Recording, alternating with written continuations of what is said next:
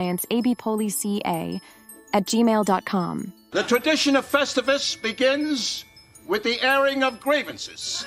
I got a lot of problems with you people. Now, you're going to hear about it. Join the AB Alliance and guests tonight starting at 6 p.m. Mountain for the Allegedly in Alberta Airing of Grievances Festivus for the Rest of Us live stream fundraiser on abpoly.substack.com and youtube.com at Allegedly in AB. Good evening. It is Darrin Thompson. This is Allegedly in Alberta. We are live for the airing of grievances. It is Festivus for the rest of us, and I'd like to welcome our first guest, Sarah, the Neuro-Spicy music teacher. Sarah, how you doing this evening? I'm good. I mean, I'm ready to air grievances, so I'm awesome. That's fantastic. And we're just shooting things on the fly here, so bear with me as we upload the pages that we wanted to share tonight. And technology is going really fast. There we go. Processing.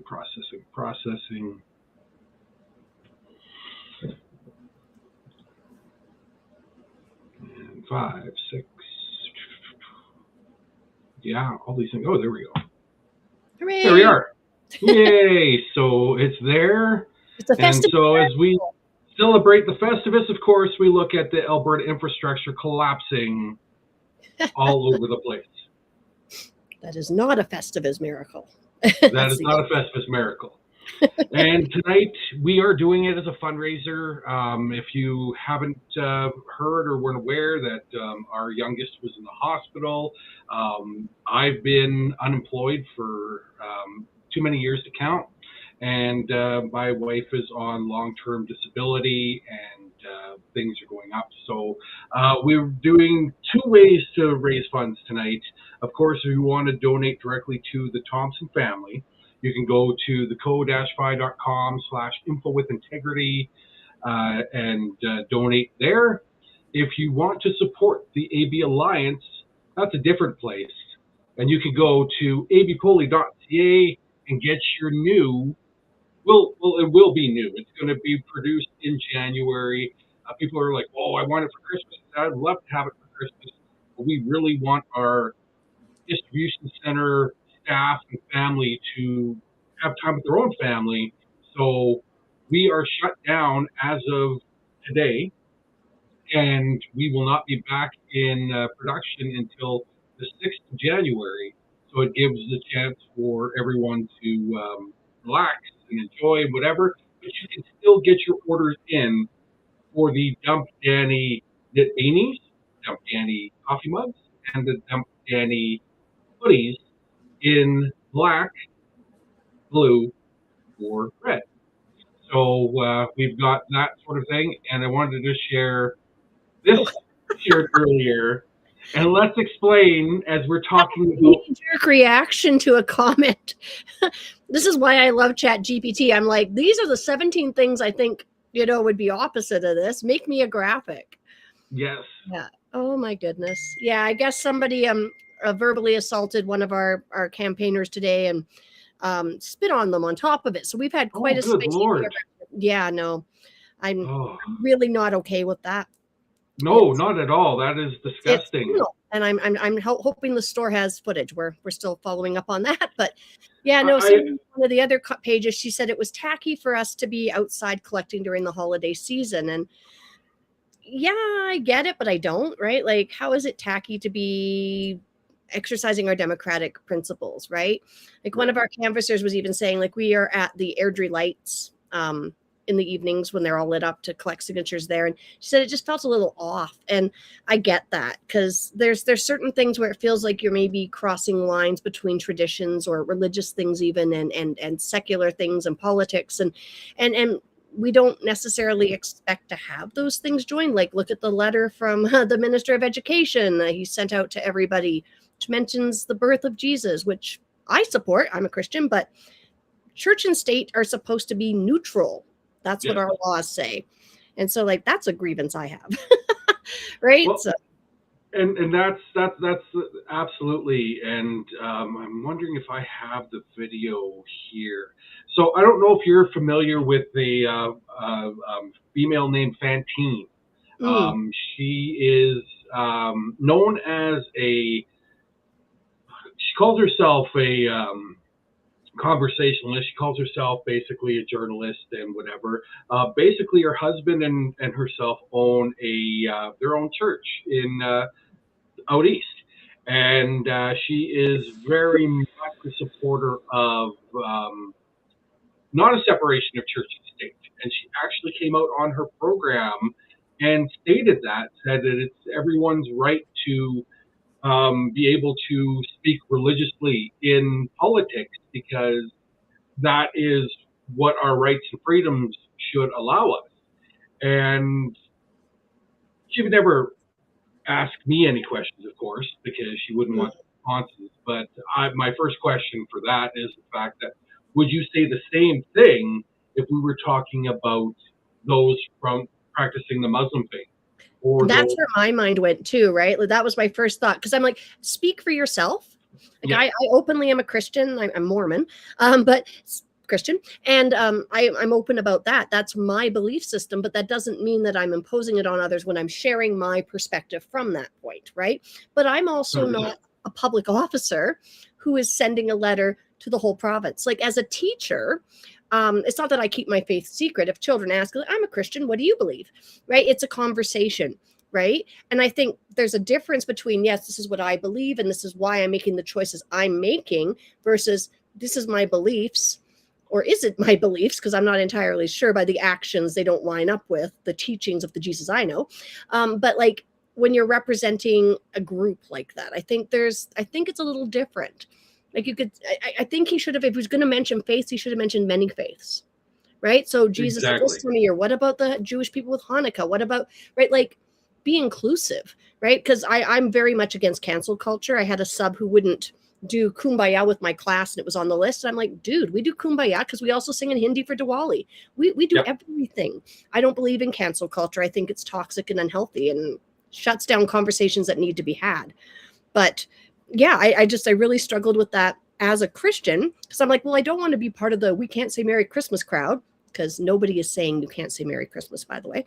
No. But it's this whole weaponizing of religion. It's making a problem that doesn't exist so that you can solve it. And that might be like the number one summing up of all my grievances this year, because I think everything the UCP or the current government is doing, right, falls into that category for me.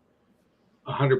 And that is one of those things that that we've always stated, and that was the big argument that we had when it came to the UCP and the bills about like trans kids and rights and all that stuff, and yourself knowing that you have members of the Alphabet Mafia in your family. I have two in my family. And the funny part is, and she came out babbling about it, and we're talking about Madam Premier Marlena Danielle Smith. You're a mean one, Mrs. Smith, sort of thing. I was waiting for that to come out, actually. All the different songs that came out. We didn't see that yet. Yeah, I toyed with it, but then ran out of time. That's okay. I was thinking about, I've got the deep voice that could be sitting there, you're the mean one, Mrs. Smith.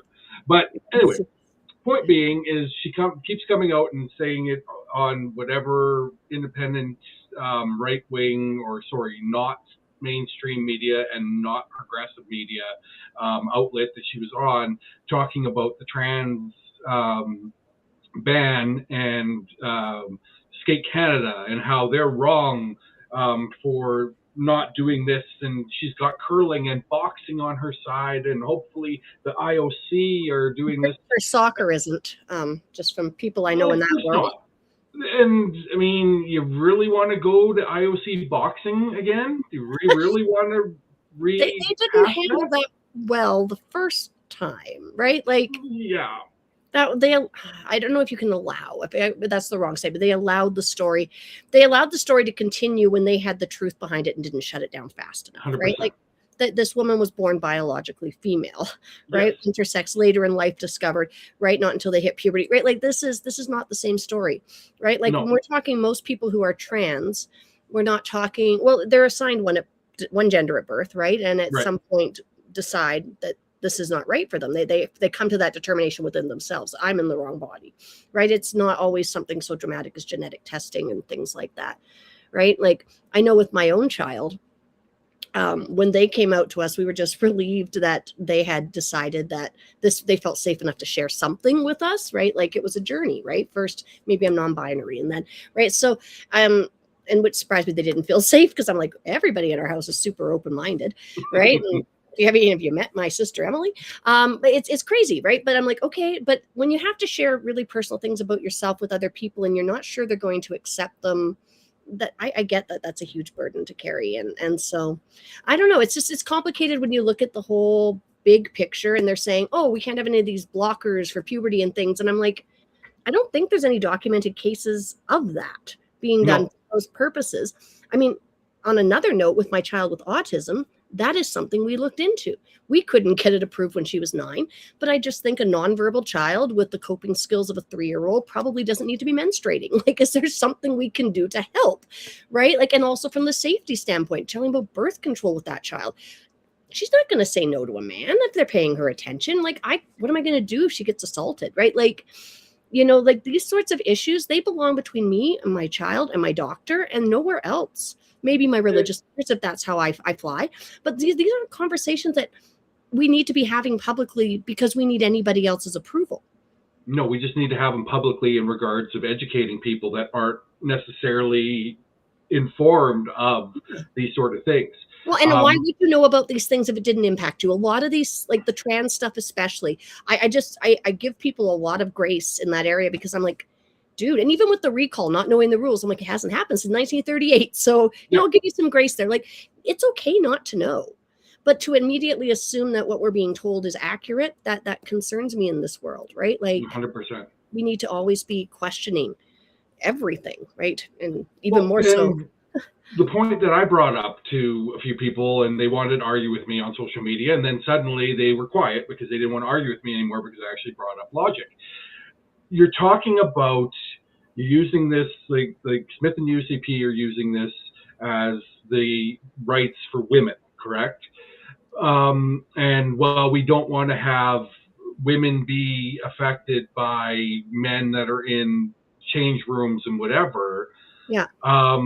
So what they're concerned about is predators, and that's a different issue and takes a different response. It does. I would like them to jump on that one, please. I would love the fact that if it feels safer to walk through a parking lot at night without the keys between my fingers, right? Like the things that as a woman we naturally do. I was talking about this. I teach a driver's prep course. I don't actually let anybody drive. I'm a musician, case in point. Yeah. But like, it's to prepare to take the learner's test. And we were talking about that because one of the girls was like, oh yeah, a law is we have to park under a traffic light in a parking lot. I said, that is a fantastic safety rule to have, but it's not a law. And the boys were like, well, why would you even think about that? And so we had this really cool conversation about the girls just shared like all the things that were so different for them than from the boys. And, those conversations are powerful and important. And we don't want to close those down, but we also have to make sure people don't reframe them, right? Because that's what this government is so good at. 100%. And this reframing continued again today with MLA Sawney, with Smith, and doing the whole, what do we say, photo op? Is that the correct term, or media op? It seems to me that this woman is more available in Alberta when she's not working than she is when she's supposed to be at the ledge. Well, I saw her local. She did a town hall in my community yesterday, and I had no idea. Of course not, because you're not part of the. And the question was, who got invited other than the radio station that reported it on their. Well, I didn't even know if they were there, if they were just after the fact, just pointing with a picture. Like it was interesting how it was covered, because I was like, wait, we would love to have town halls with you, but yes, and I mean, they claim security, right? But the people I know who are upset with her aren't like pitchfork and torch angry yet. I mean, we're still using our words. I don't, I can't imagine that she really has to worry about that from us, right? No. I don't know. I mean, with all the other shenanigans going on, like with the Lethbridge recall and the rumors there, and just even within our own campaign when we've had people come in who aren't actually on our side and cause problems. We had the one who pulled hairspray on one of our canvassers, right? Like, I wouldn't put it past her people. So maybe it's a gift that we aren't there because she can't blame us for something. But I mean, we aren't the people she seems to think we are, or her base seems to think we are. Like, we're not afraid to talk. Are the problem is you are the people that they think you are, and it's got nothing to do with safety. It's got to do with the rights of free speech. Because when we saw it, our group was registered to go to the next Alberta Next Town Hall in Red Deer. When they found out who was our group, that was when the rules suddenly started changing. So if you noticed, when you registered for that, before you could get up to just how many tickets or whatever, then they limited the amount of tickets, and then they limited what you could wear. Knowing that I'm not positive for the current government. I'm not positive for any government, but we'll just leave it at that. They know me as, they targeted me through Elections Alberta, so I'm pretty much on the radar. So when the Alliance comes out and says we want to attend this, suddenly we're handcuffed. You can only have 10 things, and then suddenly the Alliance can only attend the one here. We cannot attend any of the other ones that we had registered for. So we were registered. Interesting. I attended the one in Airdrie, and there was a guy who got up, and I had sitting next to somebody who happened to have been to two of the other ones, and they're like, that person's asked that question at both. And they said that about another person who'd gotten up. And I was like, really? People are touring around, like, doing these? Like, this is a circuit, right? Like, I was just sitting there using my little Twitter, and I still call it Twitter because you're tweeting. Why would you call it X and then you still tweet? I don't get that. Well, but if you call it X, I call it X Twitter. Just to keep it whatever. But yeah, it is Twitter. It's always going to be Twitter. No matter what kind of ketamine inflamed moron is running it, it's still Twitter. And we could get into a whole conversation about that moron and what's coming out now.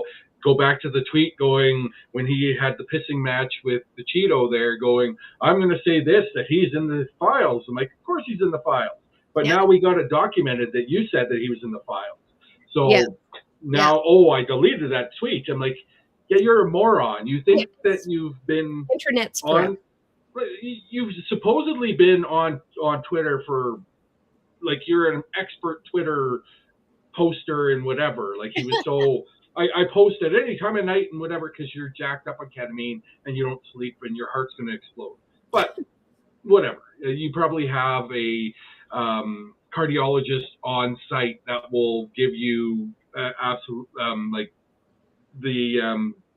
anyway. Going in a down rabbit hole. Point being is it is Twitter. It'll always be Twitter. The Book of Face. It doesn't matter what you rename these things, there's still the tools, and we use that term very loosely these days because the tool is very much limited in reach, in ability to, unless you want to give them these clowns more money and say, oh, I'm verified. Sorry, I'm not proud in Alberta enough to be a verified loser on social media. Well, I thought that when they opened up the algorithms, it was supposed to make it so that it was more free speech, but it's just really made it more easy to create an own echo chamber. And I struggle with that because I do have such strong opinions on things. I just want to make sure that, and I'm not always right, and I'm okay with that. Maybe that's one of the bigger differences between some people, right? Like that are involved in these conversations is, have you never been really wrong about something before? Because I know I have. I've made some 100%. And sometimes I was wrong about Bill Cosby. Like, shit. I adored that man. Like, he was for someone who grew up without a biological father in my life and having a father figure. Like, fuck, I watched that show every Thursday night. It was must see, and then when it was on reruns. The saddest part about that, and this is the first grievance, is why the hell is Malcolm Joel Warner dead and he's still alive? That's not fair. That's not fair. And this is what I'm seeing is more people that should be dead aren't. And and the people that aren't supposed to be dead are taken from us. Yeah, So I know that life is really unfair that way, and it is. And I'm not saying, oh, I don't. It's God. No. The only issue I have with religion is the weaponizing of religion, and it's the more research I think it's such did, an important place for culture and family and connection, and for me, it brings a lot of meaning to my life. And it's really, there's been a lot of answers I've found in my faith. But I totally get that not everyone's there or like that, and that's okay. In fact, that's beautiful, because if we were all the same, like what a tragedy that would be. I lived in Wainwright for 30 years or 20 years, and I didn't realize how monoethnic it was till I moved to Airdrie. And we had dealt with some really significant racism as a result of my youngest child, who's biracial, might as well have been just Black living in Wainwright. But being called the N-word and that from a very young age. And then after the Black Lives Matter stuff blew up, we actually had death threats. And so that was sort of when I decided we couldn't live in Wainwright anymore. And I wanted to move to somewhere where my kid was invisible, like he would just fit in. And Airdrie's perfect for that, right? Because it's so diverse. But I didn't realize as a teacher, all of these great things I'd missed out on celebrating, like Diwali, and like my learning culturally has just expanded. And I thought I was a pretty informed person, but it just proves that when you're only surrounded by one viewpoint and one view of the world, you really just assume that's the only viewpoint there is. Yeah. It's like not wanting to eat anything but meat and potatoes, because you don't. Like, I know my grandmother was Scottish, and her baking was tremendous. Her cooking was awful, because it was just like she cooked the same shit that was like when my grandfather was alive. He made pizza, like he had his own garden, like he was like the Renaissance man. So when we're looking at, like, when I tell my wife, or not tell my wife, but when my wife and I talk, and I say I'm different than any other guy you'll ever meet, because I have the stoicism of like wanting to fight for things, but I also do all the cooking, and I do laundry, and I do like and all these things that are supposed to not be manly or whatever. And I'm going, that just means you're useless. If you can't do your own laundry or can't cook, can't take care of yourself. Basic stuff. Like I just made grilled cheese and salad for the family tonight because I was going to be on here for a while. So I'm like, well, I better cook something quick or whatever. And it's tasty, but it's quick. It's just got to make sure that you're not burning the toast on the stove, and which the neo-spicy in me is hard, because I'm sitting there getting distracted. You set timers for things like that? Because I even set timers for things like, like if I put the water on to boil, I set a timer, because I'm going to forget I turned the stove on. So I stay in the kitchen. So I have my old cell phone that I call my radio phone, and that's what I watch YouTube on, or I'll listen to podcasts or whatever. And I have that in the kitchen, so I'll just be standing there watching the water boil to be there for those things. But I'm just the kitchen is like my place of peace. Yeah. And then we have our, I call him the gluten shepherd, because the dog just loves bread and whatever. So we have a curry the mix, and this will be the third Christmas we have with them. We adopted them from Fostering Hope in Red Deer, and always had, other than my wife's first dog, that when we met, they got him as a puppy or whatever, but all our other dogs have been adopted or rescued. So huge, because I mean the personalities those dogs have, and the fact that they don't know they're going to have a good life. And this guy, he was found on the res, either in northern Alberta or northern Saskatchewan. He had some issues at the start, and and now he's much better and loved and adored. And if you want to support curry, you can donate. No, I'm just kidding. But you can donate money, and it supports curry. But anyway, he doesn't need all that support. Sorry, go ahead. No, saying dogs and people, there's a lot of similarities, in how we take care of each other and how people can bloom, right? If they're just given a chance. Well, right? And the thing that I've always believed, and I believe, like, you can be a cat person as long as you are a dog person as well. If you're just strictly a cat person, I don't know. I mean, number one, I'm definitely allergic to cats. So that me and cat people aren't friends because the cat always wants to hug me and be around me, and because it knows it can kill me, sort of thing. Yeah. But other dog people, it's that whole thing, especially other people that have got rescues. There's a compassion piece there that a lot of people are missing. And that, like, especially in the times that we're in now of the struggling of finances, if you can just go out and get a puppy, good for you, but you're just showing the elitism or the privilege you have to be able to go and spend $1,000 on a puppy. On a pet, yeah.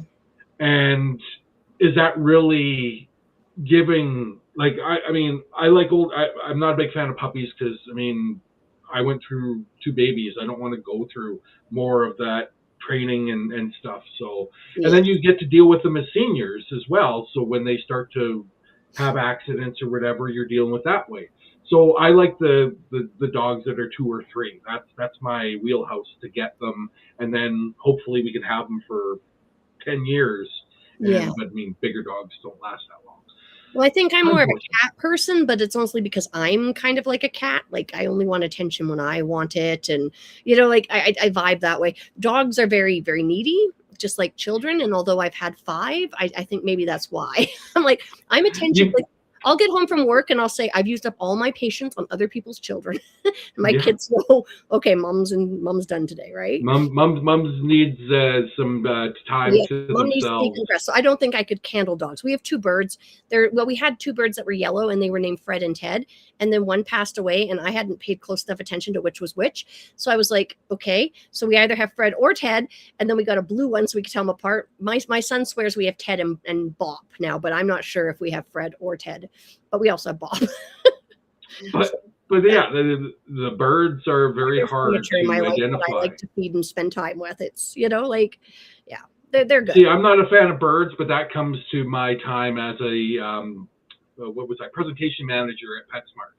So I had to go into the back and, like, when the birds were being healed or whatever, and make sure that one of our productive employees didn't go and open the door and let the bird go into the warehouse. So that'd be fun. Yeah, and then going and cleaning the cages. Yeah, I don't know. That's not my thing, but I mean, I love dogs, so that's just, I'm a dog person. Your dogs, just whatever. And I mean, our dog is like a bear. He just lays on the floor.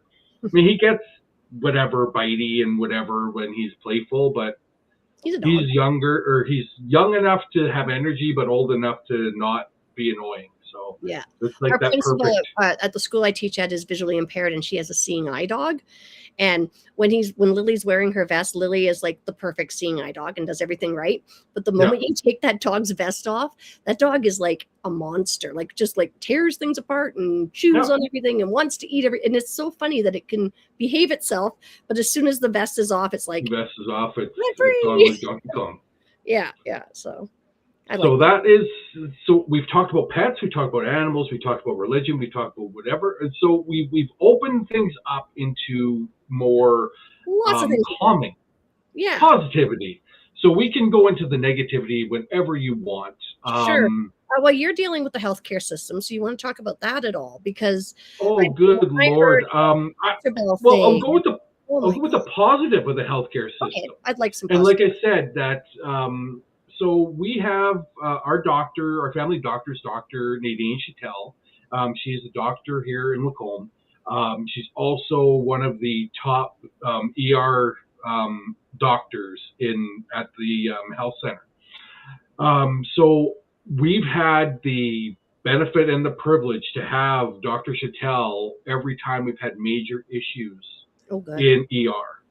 Yeah. So that's why Alex was able to see people and get diagnosed and whatever as quick as possible, because Dr. Chattel was the oncoming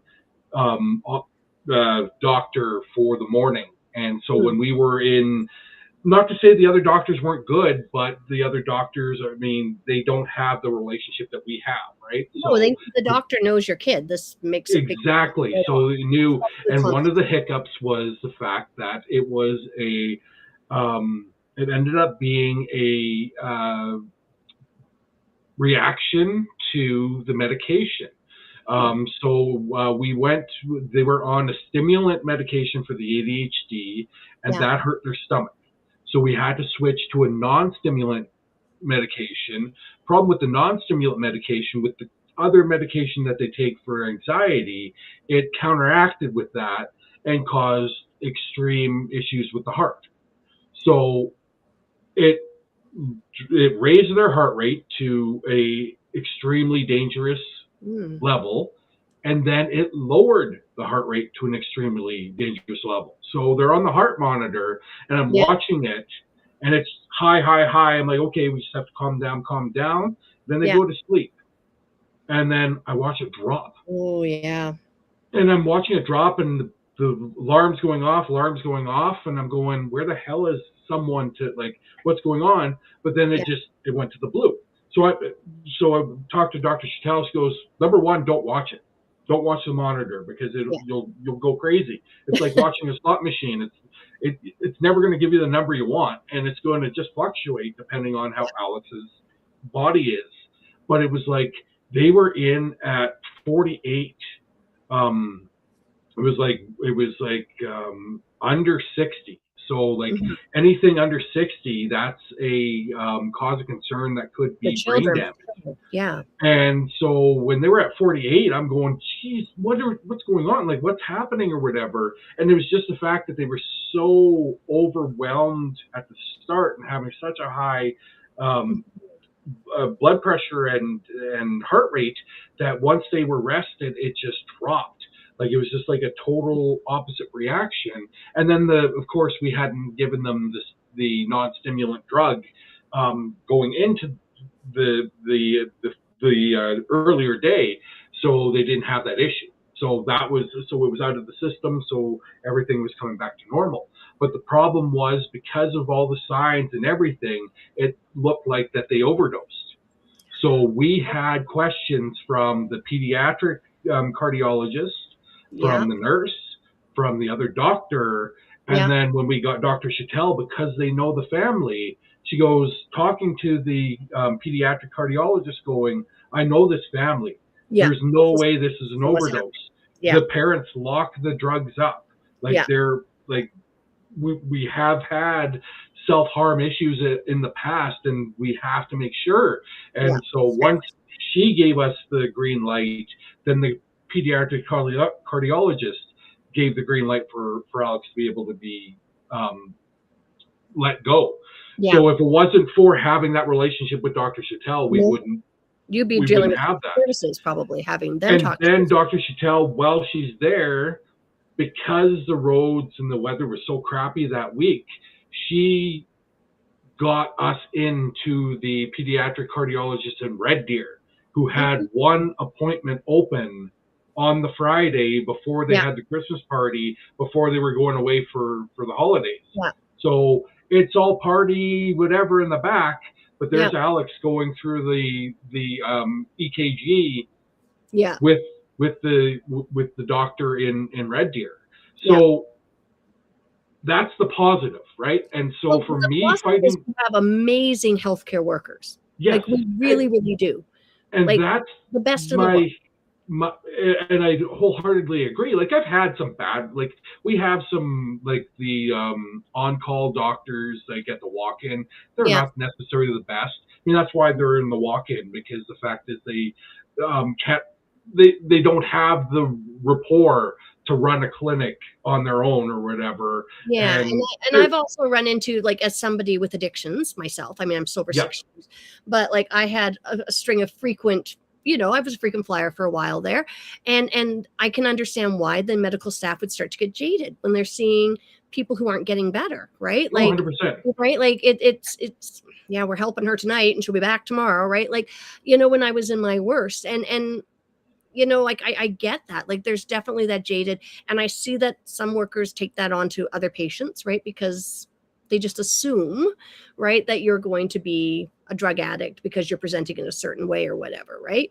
And so that's a hard thing, but that's not their fault either. That's a lack of services, and us at some point we need to start finding out why people are falling in the river and stop just pulling them out of the stream, because the pulling them out of the stream comes too late, and it's never going to work long term, and not certainly as well as if we could stop them falling in the first place. 100%. Right. And that is why I continue to fight for healthcare, and have had no use of UCP from Chandro to Lagrange and the rest of the clowns that are there. I'm also, contrary to other people's beliefs, I'm also not a big fan of Metzelopoulos. Knowing her past history, that people, like, it's funny when you get to be on the other side of the fight, and you are being protected by those that are progressive, or those are not, we say, C conservative or whatever. Right. We start to forget the awful things you did previously. So if anyone wants to know about Metzelopoulos, we did a whole thing on the Shady Bunch and going through the connection there. Well, Metzelopoulos, when we knew her, was when I was in BC, and she was basically the right-hand person for then Premier Christy Clark. She was at Christy Clark's wedding, very much like Rob Anderson here. Then she got a role in the private sector, and then she was Jason Kenney's part of the original cabinet that was brought in under Kenney, and then she disappeared for a bit, and then she ended up with the I believe the Alberta Medical Association. She was the CEO, and then she was brought back into the government as a chairman. In this whole process, when she left BC, she got a $458,000 golden parachute to leave her position with the government of I call them the BC liberals, because there's nothing liberal about them. But the Christy Clark government, that was the first thing. So when we're all raising money for her, I'm going, she's made six figures and had this almost $500,000 payout. Yeah, and I don't have a problem with people being successful. Like that's not my issue. It's just, when you're successful, like, I guess they're always saying, like, oh, if you want more money, don't buy so much avocado toast or whatever, right? Well, why isn't it billionaires, if your people can't, afford your avocado toast, why shouldn't you buy less yachts, right? Like, I guess exactly. That's in me. It's like, I'm just looking for some balance, right? Like, I'm like, I love that for you. I love that you're successful. That's awesome. I'm happy for you, but at what expense, right? Like, well, and the excess came from exploitation. There's no doubt about it. Like there's proof. Now, if you want to go into the 50 Cent documentary on Diddy and exploitation and corruption, if you haven't watched that, I suggest you watch it. It's not as groundbreaking as people think. If you'd followed any of the Diddy I was stuff saying, prior, it's probably like most documentaries, if you've kind of followed the story and then. I mean, the good part is the fact that they have video footage that Diddy was, because before he went to jail, he was actually filming his own documentary for when he gets out and do the rebrand. Right. But problem was, he went to jail and couldn't pay the producer, the videographer. So 50 Cent said, "Oh, I can take care of you," and bought that footage. So you've got all the background footage of the 4 days before he was actually detained. And so one point he's looking out the window of his like suite in the hotel, and he sees the police on the roof of the other hotel. Yeah. I'm like, if you're going to, like, comedian Josh Johnson said, he goes, if you're going to be undercover, wouldn't you be undercover? Like, why would you be, like, you waving at the police? Like, what's going on? But then there's also him saying that we need to get the most dirty, filthy propaganda going to counteract any of the stuff that is coming out against us. Yeah, yeah. So I mean, my personal thing, there was not enough discussion on the actual monsters in the music industry as of Clive Davis and others in there, because of course they're Well, it's a whole culture though, like, and that is something I've experienced, because I wasn't a big background singer kind of thing, right? But I've been in the music world long enough to know that, yeah, there's definitely some expectations that you wouldn't have to deal with in a professional setting. Yes. Right. Yes. Like, And I mean, I think that comes to, like, for myself, I wasn't in the music per se, but I was in the radio broadcast industry.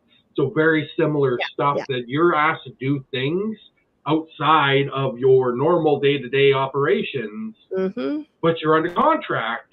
And in the industry, it's hard to get a job when you're starting out. So you kind of just take on those things and, right, this doesn't quite live up to my values, but I'm going to do it once because I got to do it because, and all of those. I don't want to lose my job and all those sort of things. The exploitation piece. Yeah.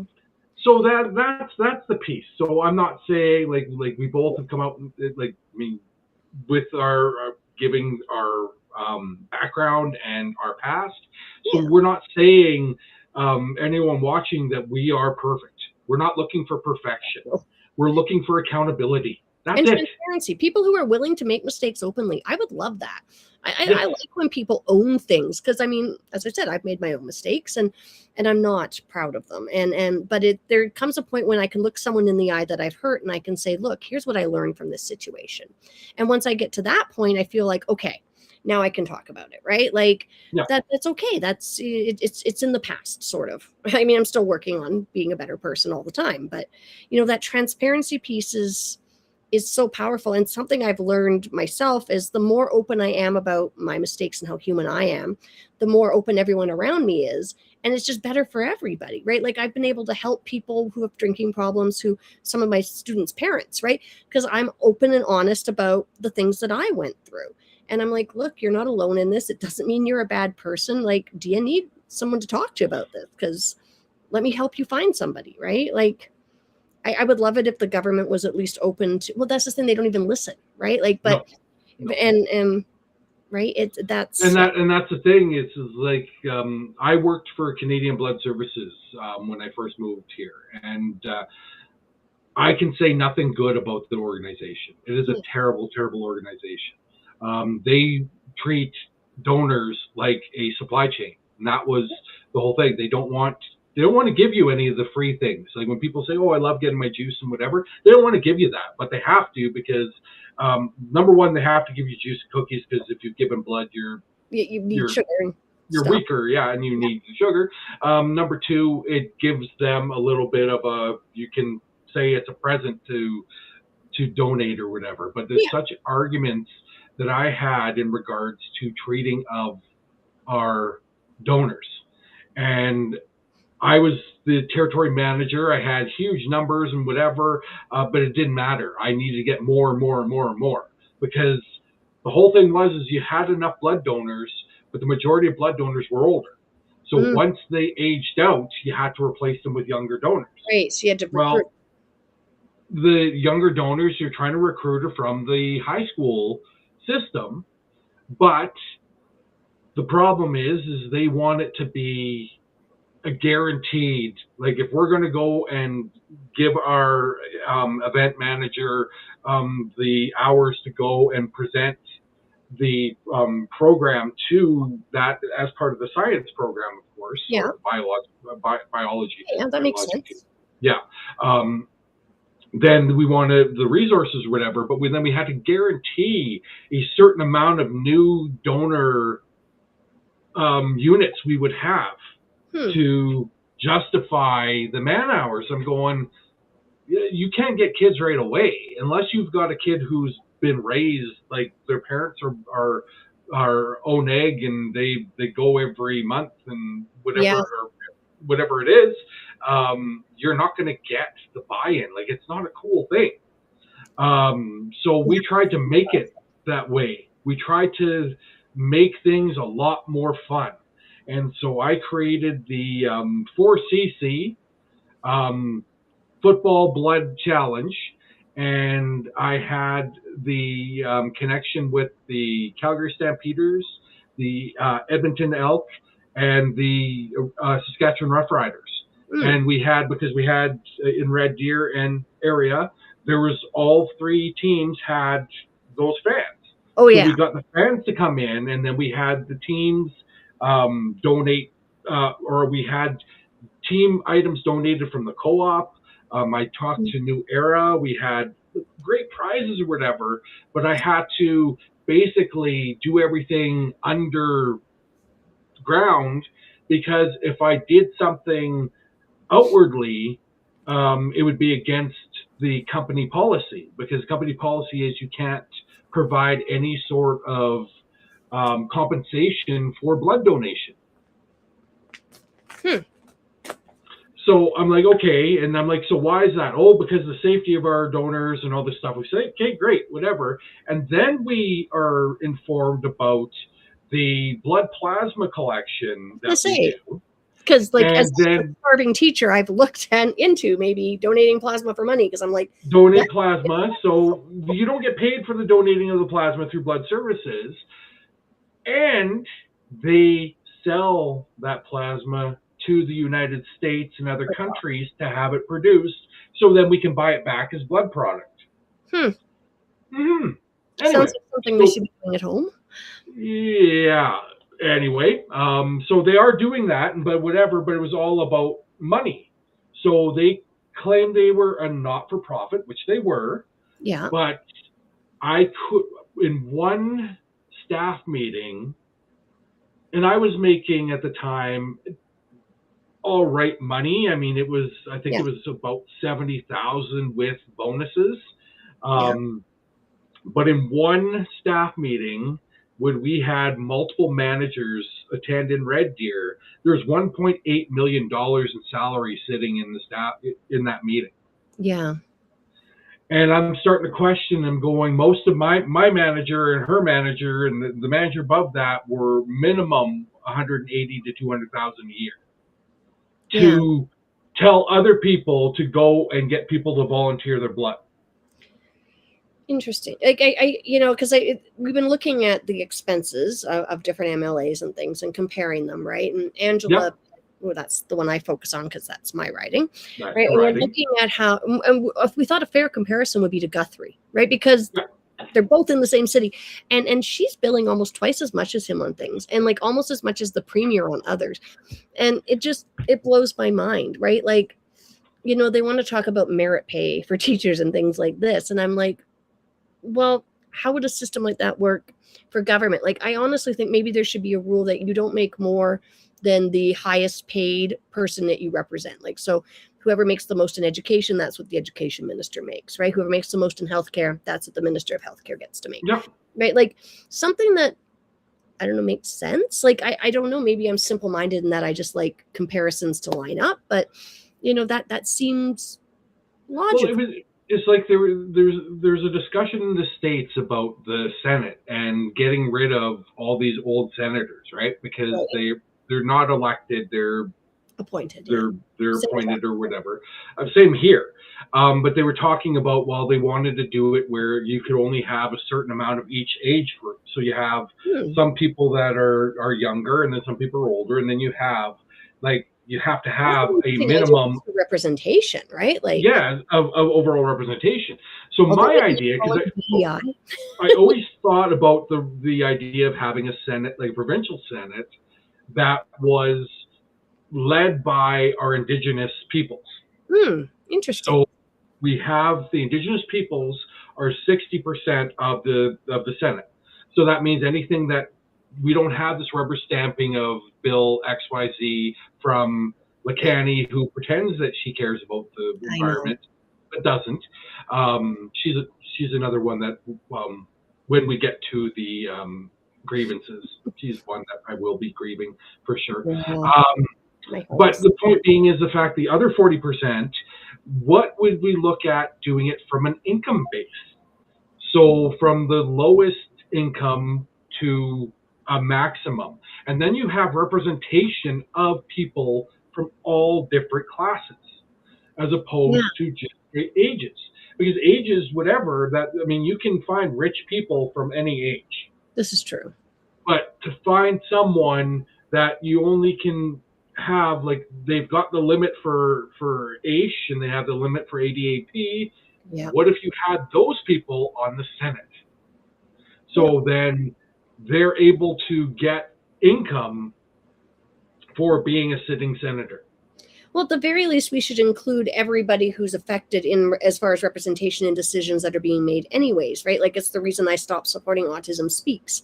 And I was one of their larger Canadian supporters for years. And I got the Smitty's chain to raise money for them. We raised thousands at one point. But like, then I realized there's actually nobody with autism sitting on their board. No. And then I was like, maybe, well, now that I know I'm autistic, I guess I was kind of influencing things, but like the general population that they are targeting, supporting, whatever you want to call it, or the nonverbal severe, and I hate the thing severe because that just means that those dysfunctions, they just mean how much work we are for other people, right? Like I'm high functioning autistic because my autism doesn't cause other people a lot of work, right? It's a spectrum, right? Like we're all on the spectrum of different things, the ADHD to autism, and where is that level of well, there's some actual like biological changes, things that are different in the wiring, right? Like you can see, like, because it's about 15% of the population falls into neurodiverse, right? And it covers things like apraxia and other things, not just what we think of as the tisms. But I think that even my daughter, or not even, but my daughter, who is severely autistic, we would say, she's on AISH, she's 22. I think that she has opinions on things, and I think that they should be heard, right? If you want unfiltered, my goodness, that's your demographic. She tells you how it is. I'm a vile wench when she's mad at me. So, I mean, she's very colorful in her language. Didn't speak till she was 11, right? But now she's got all the words. She does. She has lots of words, and she wants to be an actress and all these wonderful things, right? That's awesome. Yeah, it's just, but like forcing her to work. Here's a grievance I have, because I have compassion for consumers in our province. My daughter's going to end up in a retail setting. I'm sorry for those of you who are going to have to interact with her. She is not polite. She's going to tell you where to go. They had her shelving things at one point, and she wasn't the right person, and she, with colorful language, informed them which department they needed to go and talk to. She's not meant for this. Not to mention that she has the social battery of about an hour and a half. Yes. Right? You can't give her a shift longer than that. No. Right? Minimum shift in our province is 3 hours. You're going to have violence. You are going to have somebody with a can thrown at them. And then my kid's going to get arrested. Yep. Right? You set her up. You know, it's as bad as, like, I have this one student and the other kids pick on him. I've started sending the other kids to the office every time he goes off. Because I'm like, dudes, you are triggering this person on purpose and you think it's funny. Right? Like, let's look at where the real problem is. Of course, this is like the falling in the river thing again. I always like behavior is communication. You don't know the why, you can't do anything, right? So, yeah, that's how I look at it. But I'm like, my God, you're not setting anybody up for success here. You're just going to cause more problems. Oh, 100%. And that's the key, is the fact that they want to small things, like lives will be lost over this. Yeah, and they already have. And that's the other piece, like we said, accountability. Yeah. How do we know, other than the cowboy from Calgary who does that Twitter report every once in a while that shows where we're at for ICUs and all that other stuff? How do we know what is the actual numbers? I mean, I was on 2 advisory councils for AHS. Yeah. And that was a mess. If you wanted to go and look shit up, you could not.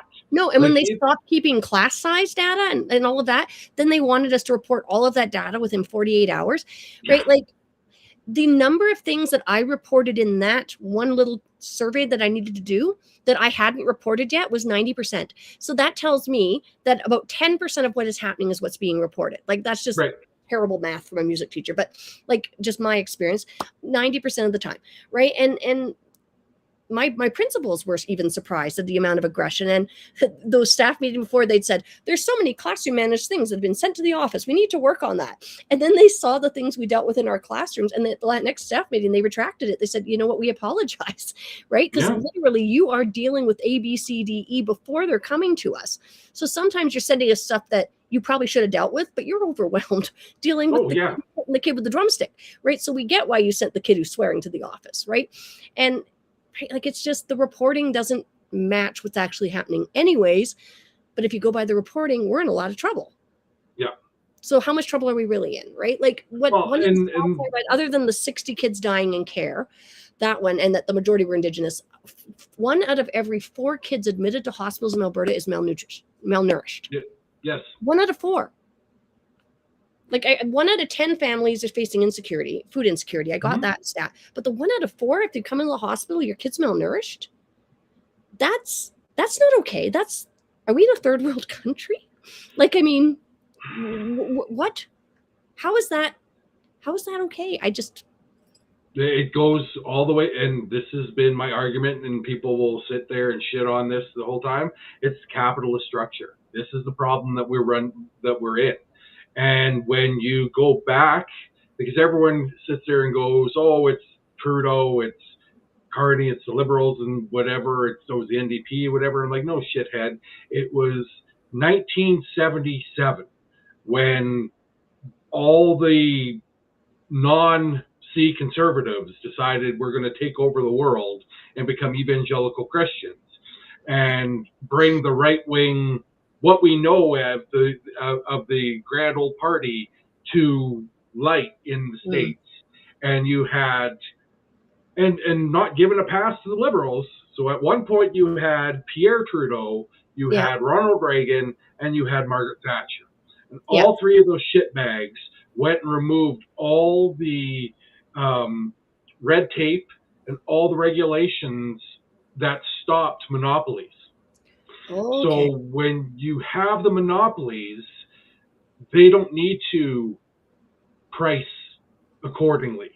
They can just gouge the hell out of you. And then under other Liberals, as of Jean Chrétien and Paul Martin, and then my favorite enemy in Stephen Harper. He's a good musician. Oh, God. He's a terrible singer. He might be a good musician. He's a terrible singer. I could play you the video where he's singing his love to Netanyahu. Oh, anyway. Lovely. Yes, I'm surprised, like, because he was singing Hey Jude, and I'm like, he should have just said Hey Jude and just been done with it. But anyway, not a fan of Harper. And the big thing I wasn't a fan of Harper is, number one, the removal of access from media and anyone, journalists, to his MPs. And all, very much the Danielle Smith playbook. And the crackdown on the scientists as well. That wasn't it? And then bringing in pseudoscientists and other bullshit and giving the same credibility of, and I'm not saying that some of these people aren't good, like, at their job, but it's like RFK Jr. might be a guy who's in good shape, but he sure as shit doesn't know anything about health or medicine or science or biology or whatever.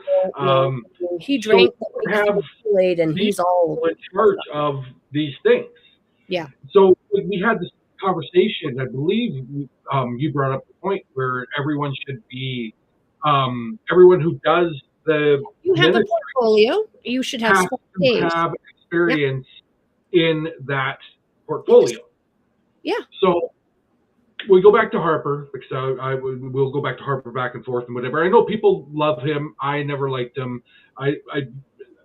He was the less dangerous version of Preston Manning, and that's what we got. Is Preston Manning's meal ticket was Harper, because Harper was liked in the West but was from the East and can bridge both sides.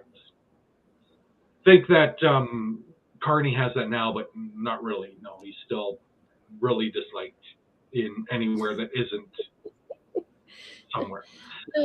Point being, again, is the fact that removing of the monopoly. So it started with the telecommunications, where we had, I remember I worked Radio Shack for years. We used to sell Cantel cell phones. Oh, yeah. Well, then it became Rogers Cantel. Then it just became Rogers. Yeah. Yeah. Then it was Fido. Now it's Rogers Fido. Yeah. It was TELUS. Then it's TELUS I remember Kudo. when TELUS came out, because their big reveal was on the X-Files. Yes. Because that's all I was in university at the time, and that was a big deal. I was watching the X-Files. See, and I knew nothing about TELUS when, like, I came from Saskatchewan, so SaskTel was the provincially funded, provincially run, like all our communicate, all like that is where the start of universal health care. That is Tommy Douglas. Like it stayed, like, as much as it is awful now. When I was growing up, the corporations it wasn't corporate. You had your government entities that were separate from the corporations. They don't have that anymore. But at the time, so you had your Sask Power, your SaskTel, your Sask Energy, your Cable Regina. Like, none of the major things were in Saskatchewan at the time. And then they just came in and they lifted these things, going, you had to have a certain amount of local programming for your TV. You had to have a certain amount of local ownership for your grocer. And then suddenly you've got Galen Weston coming from the company that was known as Bob Loblaw. And Bob Loblaw was a decent guy who liked to be out in Northern Ontario. And if it was Bob Loblaw, we wouldn't be so mad. But then it becomes the Weston family and the corporation of the Westons. And the Westons have Loblaws. And then they come into Saskatchewan. Like, I remember and them. They bought Western Grocers. And then they bought then they bought all the Shoppers Drug Marts, and no one stopped any of this monopoly from happening. Same thing with, you just brought up the Overweighted Food Group. Just because Jimmy Pattison has a children's hospital named after him in Saskatchewan, is beloved in BC, beloved if you work for Pattison Broadcasting. I think he's a greedy piece of shit. But that's just me. It doesn't matter how much work you do. If you exploit your workers to continue to be a billionaire, you are still... That's when I have a problem, right? I have no problem with success as long as it's honest success. But then it comes up, what is the definition of honest success? Because I don't think we have... What in societal's really, but in societal's definition of success, we can't have it without exploitation. Now, I can see that. Yeah. If we're talking about success, like yourself being a recovering addict, being a music teacher, being this is my Phoenix era, advocate, right? All these things. Airdrie Music Educator of the Year, like, these are my dreams. That's a success. Right? Being a beautiful mother and wife and all that stuff. That's a success, right? Healthy relationships. That is a success. Yeah. I'm with my oldest. They had the shitty part of having me with their mother, and that was a toxic relationship. It was terrible. I was unmedicated for ADHD. I was undiagnosed. All that stuff. It was terrible. We were oil and fire, and it was whatever. My wife, we've been together for 17 years.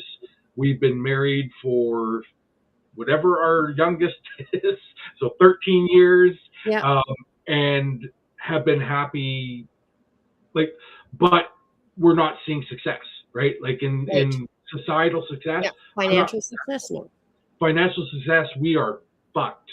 Like it is not a way. I mean, I hate coming out and asking people for support. I just like, this is one of those things that, like, that pride that was, like, broken into me, but then realizing that I've been playing the game that was rigged my entire life. The field has been level, like, has not been level. I've been running uphill in the game of life my entire life.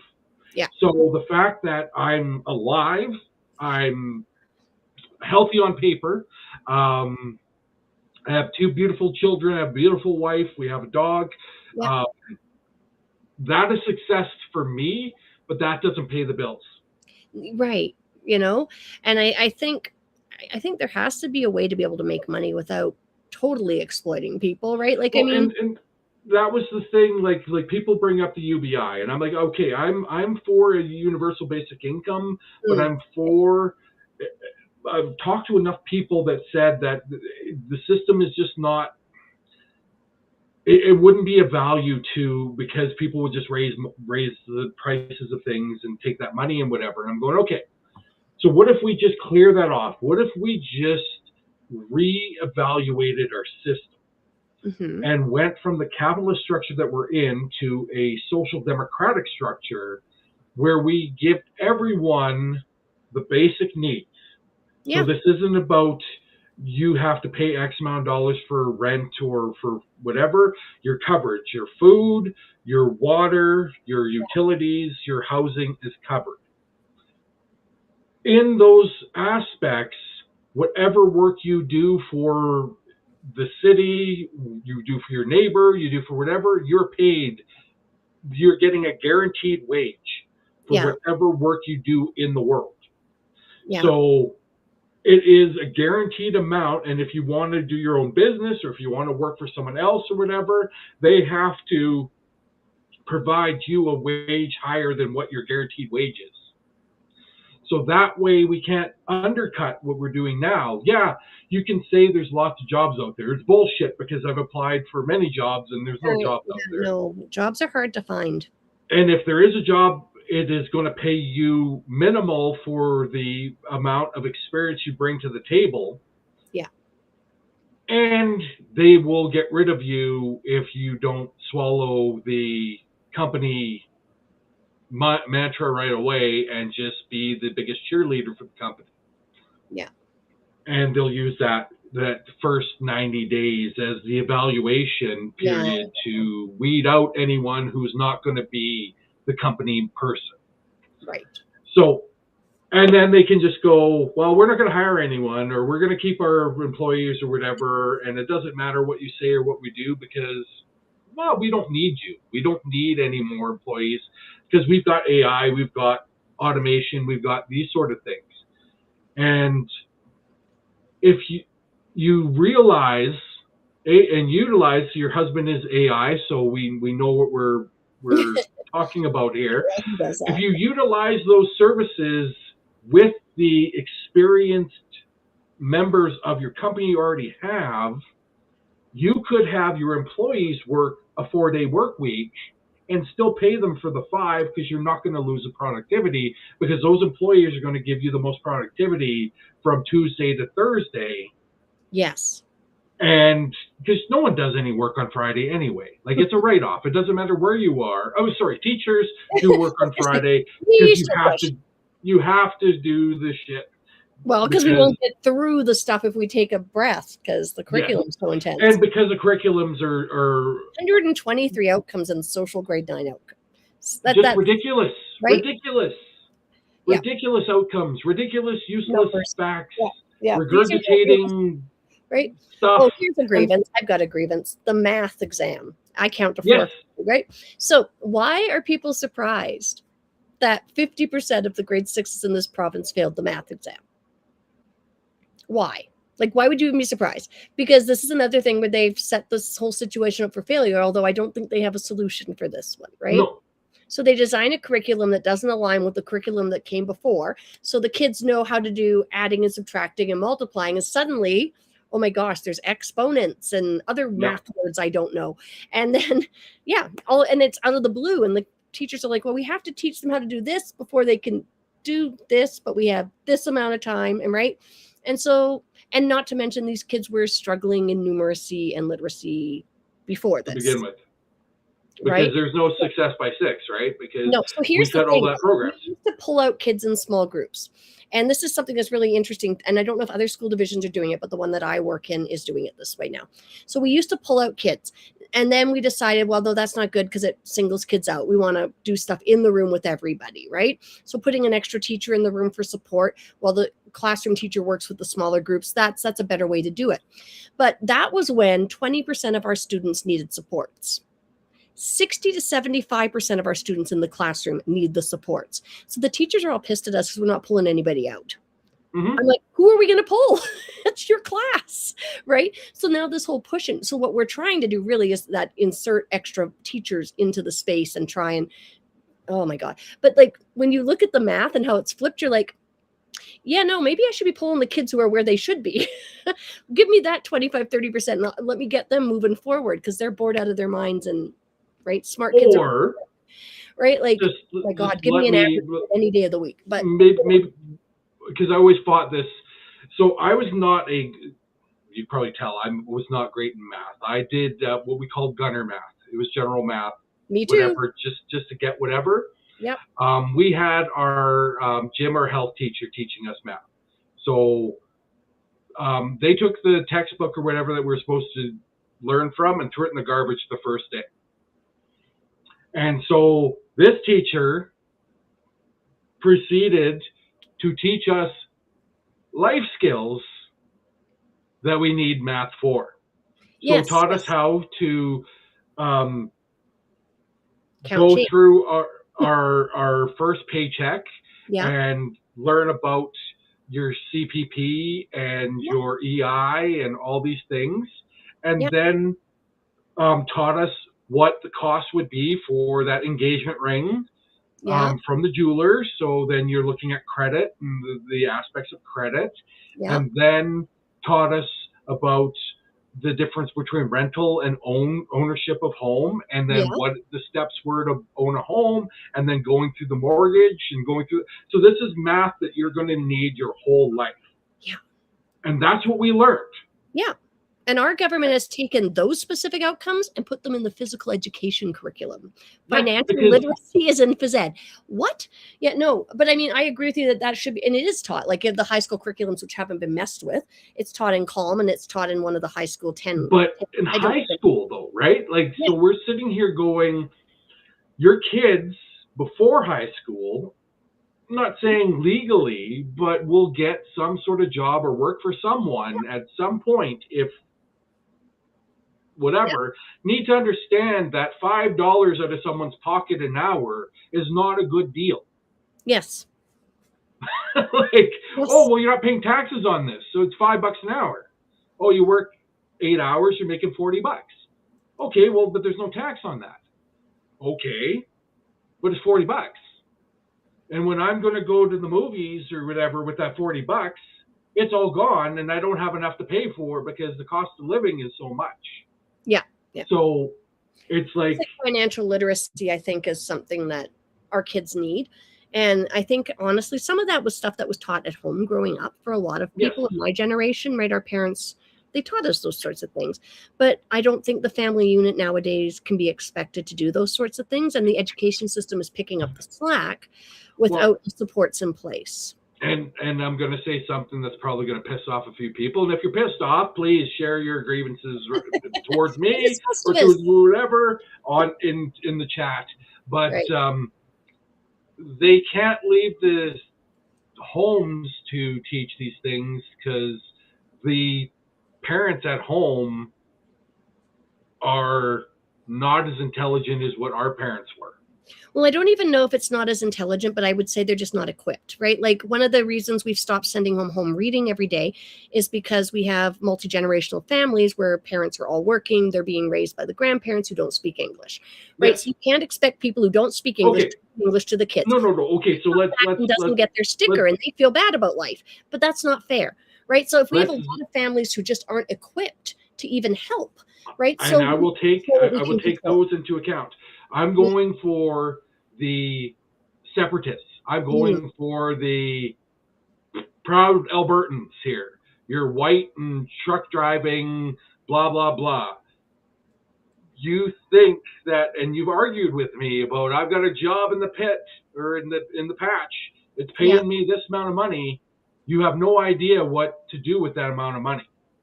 And then when that amount of money is gone and you're home, and you can't get anything close to that amount of money. Yes. Then you start to have the addiction. Then you start having the abuse, and all these sort of things. So when we're listening to Daniel Smith's base, which is these people, and I'm not saying it as Don Cherry. These people should be wearing a poppy. I'm saying these individuals that want to be looked at as the best of Alberta, you're not equipped to teach your kids proper finances or proper literacy because of the fact that you didn't give a shit about it when you were in school. Well, and then those are the mistakes you've made, right? Like, how do you educate your children to do differently? I guess that's a path I'm on too, right? Like, don't make the same mistakes as your parents, right? But like, yeah, if we didn't have the education back then, right, to equip people, right? And there's that piece, but I mean, everyone keeps bringing it back. The fantasy world of Ralph Klein and how Ralph was such a great man that did all this stuff for the province. And I'm going, I was here for the end of Ralph Klein with the Ralph bucks, and I got $400 minus the $100 for being not originally from Alberta. So I got $300, and then I had to report it to the CRA for tax purposes. So whatever the hell I got anyway. So when you say, oh, Ralph had bucks and whatever, yeah, he had that, and then what happened to the treasury? But that's where did that money go? Heritage fund, didn't he? Like it was a surplus or? Oh, it was a surplus. This is the whole thing: is anyone can tell you they have a surplus or they have a deficit. Yeah. If they don't show you the books. Yeah, because that's why my head hurts with math. With this, is they're like, oh, we have this surplus. I'm like, okay, and then we put all this extra money into the Heritage Fund this year, and I'm like, okay, but why not invest in things now before they're even more broken? Like the longer we wait to start fixing these things, the more expensive it's going to cost more. It's that whole concept, and this has been my fight with. We go back to the healthcare system. I believe that every emergency, every walk-in clinic should have a mental health professional on staff 24/7. Yeah, and we should have because the majority of issues that are dealt with are mental stress, mental issues. Well, it's that comorbidity, right? Like when I was in treatment for my addictions, I was in Ponoka, and I was in the dual diagnosis program, and it dealt with, well, they thought I was bipolar because, of course, why would you think that a grown woman could be autistic and have ADHD? I wasn't bipolar. Well, you're not supposed to have autism and ADHD. That's against science. Me making eye contact. I mean, oh my goodness, and I'm social. But like, one of the things that they tried to do anyways was deal with both the physical issues as well as the, addictions piece and the mental health piece. And I think it's that fact that there's never just one thing, right? Everything's always developed or interlinked, right? So when you're trying to solve problems, the simplest solution probably isn't the simplest, right? Because there's all these layers. But if you don't provide options to look at those layers, like that's where we run into real problems, I think. Well, and it's that whole thing of like like we say, like right now, social media is awful. Like social media is destroying our society. And I'm going, yes and no. Now, the wild west of social media, where the algorithms send you into an echo chamber, that is a detriment to society because you're not actually having any conversations that are getting anywhere. And then you just have someone with a laugh emoji and shitting on you for whatever post that they don't believe in. But the connection, like you and I wouldn't be connected if it wasn't for social media. I wouldn't have met my husband without social media. I wouldn't have met my wife if it wasn't for social media. We met on MySpace. I remember MySpace. See, that is how old. Yeah, and whatever. So when they're like, "Oh, you met online. What app did you use?" "Oh no, I was on MySpace." And at the time, both of us were in Northern Alberta. Yeah. And both of us at the time were Canuck fans. We're not Oiler fans because, Connor McDavid, and he's awesome. My uncle was their dentist in the 80s. Okay. So I'm a Canuck fan too. Married into an Oilers fan family. So now, see, the Canucks are the second team, but the Canucks are shitty. Like their ownership is a bastard. I mean, but so is Kate's. Okay, I don't know. Aquilini and Kate's. Yeah. I don't know much about hockey. I just cheer for whoever the men in my life cheer for. So. Well, see, Aquilini's the owner of the Canucks, and he has treated employees, treated players like shit. Daryl Cates hasn't treated the players like shit, but is known kind of a hothead, right? No, he's had some questionable actions with younger dancers and situations that could be with a Me Too hashtag. No, we don't. No, we don't want that, but he's a billionaire, so like if Sam Maurice is watching, he'd shut me down too and slap me with a suit. So we're not going to go too far into the allegedly in Alberta allegations on Harold Cates. And say allegedly in Alberta because you are listening, watching, wherever you are. Thanks for joining us. This is allegedly in Alberta. It is Festivus for the rest of us. We've done some grievances, but I don't think we've really gotten into grievances, and we're at like almost 90 minutes in, and we've been pretty calm. We've covered a lot of topics. We have covered a lot of topics. I think we've entertained some people. I was going to say, this is when you put two ADHD people in a chat, and I'm like, I should rein this back in, but then you're going here, but I want to go there too. Yes, it's like, okay, we're going to go here, but then we always come back. See, this is we try. There's salient points. My producing and hosting skill. Now, this is where I will say this is my superpower, that I will always bring it back to what the actual topic was. It just might take us 90 minutes to get there. Yeah, right? Yeah. Okay, we're on the same page. So I always have it sitting there listed going, okay, we have to get back to the grievances because some people want to hear about the shitty things that people are mad about and whatever. And so for that, I'm going to pop the video up again and let people hear the hilarious line from the incomparable Jerry Stiller from that iconic episode that brought us Festivus, and we'll be right back. The following message has been authorized by Alberta Accountability Alliance abpolica at gmail.com. The tradition of Festivus begins with the airing of grievances. I got a lot of problems with you people. Now you're going to hear about it.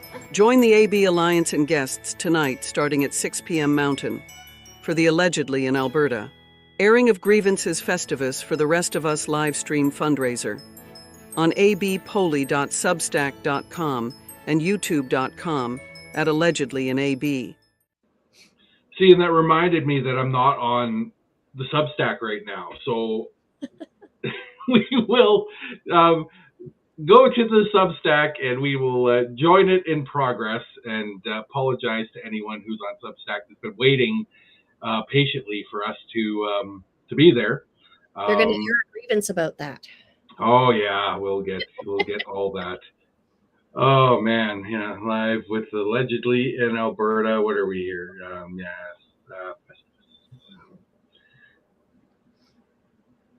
And it's just going to be like, I think it's only going to show my aspect, but whatever. We'll start. Yeah, I've never used that platform. I use OBS when I stream, so I don't know. Okay. Yeah. Well, what we're streaming on is was Melon when we originally purchased the lifetime membership, because of everything that cost a fortune for monthly fees. Like we were on StreamYard. Everyone was on StreamYard for whatever. I tried OBS. It was too complicated for my hamster brain at the time. So I found Melon, which is now the Talkstudio. And it has worked perfectly for us and does what it needs to do. We can go to different sites and it's one click and whatever. It's not as good as some of the other programs, but hey, it's and I just noticed that I'm not on, so I've been in the dark the entire time. So yeah, let me add some light to the equation here. This is plugged. Oh, that's not plugged in. All right. Hey, look at that. Doing well. It's a good thing you can still hear me, even though I'm off camera. There we go. Hey, look, I'm now lit up. Just good times here. Yeah, I had to re-plug in during a live stream yesterday, and I was like thinking, oh my goodness, because just the way I bent over, I'm like, probably just my bottom is on camera. That's not good. But people tune into that, they're like, oh, okay. And we're connecting on the Substack It's connecting, trying to find the visible area on mobile. So I got half my head because I'm at the wrong spot. There we go. Welcome, Substack. Apologies. We've been 90 minutes in. If you want to see the whole show, it will be available at a later time, or you can go and watch it on YouTube. We are here. You can only see me, but I am with Sarah Batchelor from the Recall Angela Pitt, Recall MLA aspect, and the music, Nero Spicy music teacher. Yeah, Nero Spicy. That's me. No, this is not a rerun. Hey, welcome, Clockwork Orange. This is live, shockingly. We've been live for an hour and 25 minutes and just joined the Substack stream. Yeah. And welcome. And we're now lit up. We're on all the streams. Now we can get to the grievances. Perfect. That was the whole reason we were waiting. That was why we were waiting. Yes, we talked for almost an hour and a half about everything. The subjects are grievances. This is welcome to Festivus for the rest of us. Share your grievances. And it doesn't have to be grievances here in Alberta or Canada. Wherever you're watching around the world, we are there for you to share your grievances, and we'll share our grievances. And our grievances start locally, which isn't here in Alberta, Canada. And yes, Oh Canada, LOL. Yes, we are in Canada. We are. I'm going to let you go first. First grievance out of the gate. Me? You. Okay, my first grievance out of the gate. I have a grievance with the government that takes away the rights of people using the notwithstanding clause when there are legal avenues that they could have taken instead. When it wasn't a last resort, they had not a million. They had 3 other possible options. But no, they went for the big guns right away. And I have a grievance with that. Excellent. So my grievance will start with our current premier, Danielle Marlena Smith, or Marlena Danielle Smith, or whatever Ukrainian name she was before she was Smith. I know people want to use that. My grievance is the fact that she has just lied, and continues to lie, and to the benefit of herself and her brethren, but not the benefit of Alberta. And that frustrates the hell out of me that Albertans are still sold this bill of goods from this radio host / newspaper columnist / fired from the Calgary school boards. Yeah, school board trustee. That's where we start, and that is my grievance. And yes, I must share. Clockwork Orange. Now, I will agree on a certain aspect, but not the one you think. So you say you have a president that's beholden to Jews. An American president, just to clarify, right? American president. Okay. I would agree on the aspect that your president is beholden, but it's not those of the Jewish faith that you should be concerned of. It is the Zionist that he's beholden to. And the Zionists are the ones that are behind President Netanyahu or Prime Minister Netanyahu. What is it? I don't know. He keeps changing of the Israeli apartheid and the genocide of the Palestinian people. So you are 100% correct, but it is not based on Judaism. It's based on Zionism.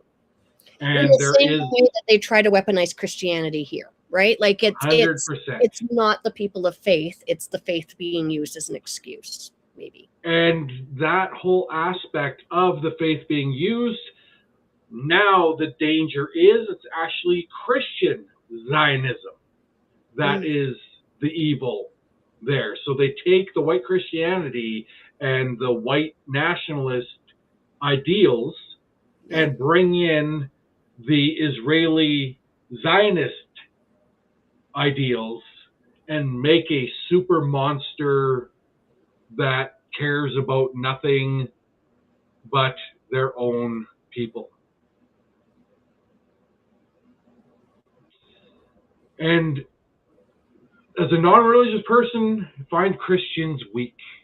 Now, I will let Sarah answer this one if she would like, but I am a firm believer from my side that not all Christians are weak. It is those are the Christian Zionists or the Christian nationalists are weak because they use the Christianity as a weapon. I think anybody who uses religion for purposes that are beyond themselves, like I was saying earlier, like I'm a proud Christian, and I find a lot of solace and peace in that within my religion and my faith, my structure there.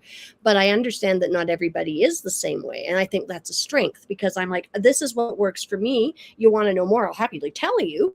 That's what missionaries are supposed to do, right? I'll tell you, but I'm not going to push it on you. But we can have a conversation and you can tell me what you believe, and that's how it is. I don't think that's a weak thing to do. I think it's strength to know that this is my beliefs and be strong in my own self.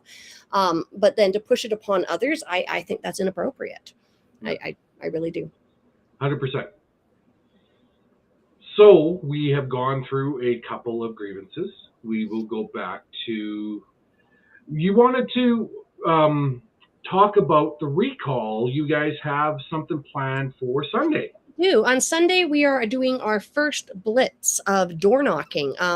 We've been talking to some of the other campaigns running in the province and looking at our numbers and where we're at. And it's not unattainable, but we really need to get the uptake. We need to get more volunteers. So if you're looking to help out with our campaign, hit out our webpage and we'd be happy to hook you up with people. But we're going to be meeting at noon on Sunday in the Northcott Prairie School in their parking lot. We're going to blitz the Hillcrest community first. And we're going to go to every door in that community, hopefully before 4 p.m. that day. And so if somebody knocks on your door that Sunday afternoon, it's us. There you go. Just providing an opportunity for you to sign or not to sign. It's or to have a conversation, right? We're not there to push anything on anybody. We're just there to provide that opportunity. Exactly. And what we're talking about here is the recall Angela Pitt. MLA Angela Pitt, yes. And so there are, how many recalls are in the province at the moment? There's quite a few. Oh, they just announced 5 more, I think, today. So there is the web address there. It's in the chat. It's pit-recall.ca.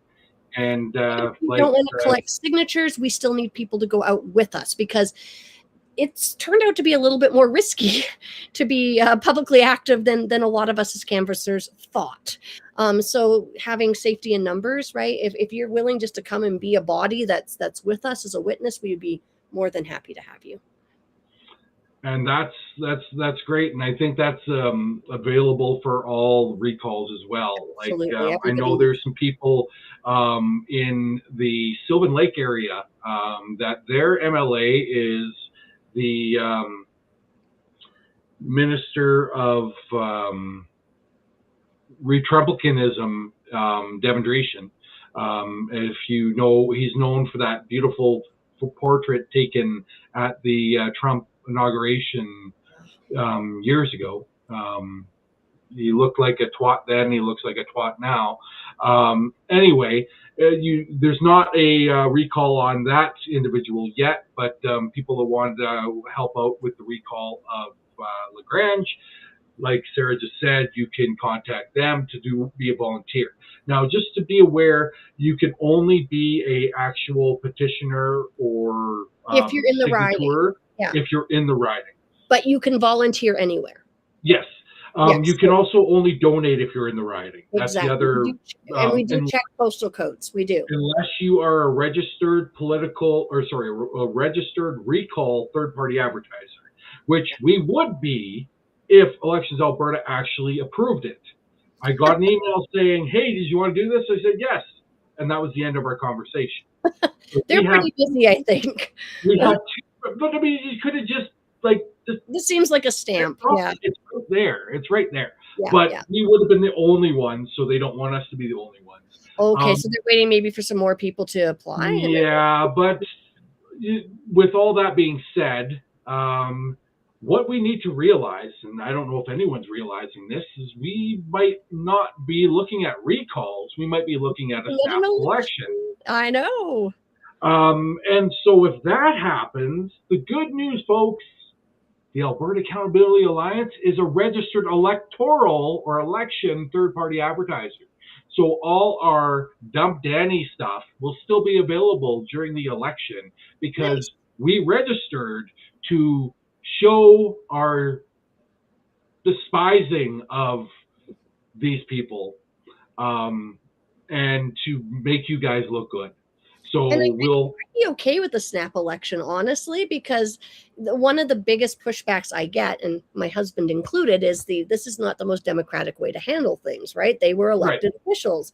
Okay, well, let's have an election then. But, my counter to that is, well, it's their legislation, right? Like, I guess we both agree the UCP puts through bad stuff, but they do. The other aspect is that and this is where we need to have true transparent government. Whoever gets in, I would like for you to look at the aspect of having midterms where you only have a 2-year, and then we look at reviewing what you did in those 2 years. And if you haven't done the good things in the 2 years, then these recalls, they can happen. Yeah, I think what I'd like to see is a little bit of a different structure of government. I don't know if I'd have it as so much as every 2 years there's something happening, right? But I think like education, certain things that we as a society agree must be stable.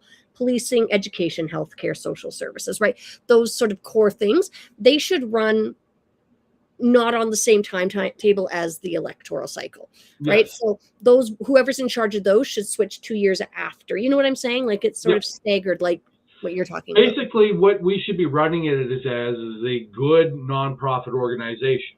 So right, if you look at political people involved, but so each party has so many on it, so many from the profession are there, and as you were talking earlier, people from that population are also represented there, right? And there's ways to do it, but that's major reform, right? Like that's not things we're going to see like the next government snap their fingers and say, hey, we're doing this. But that's the thing of that's where like we said, we're not out with pitchforks yet and the torches.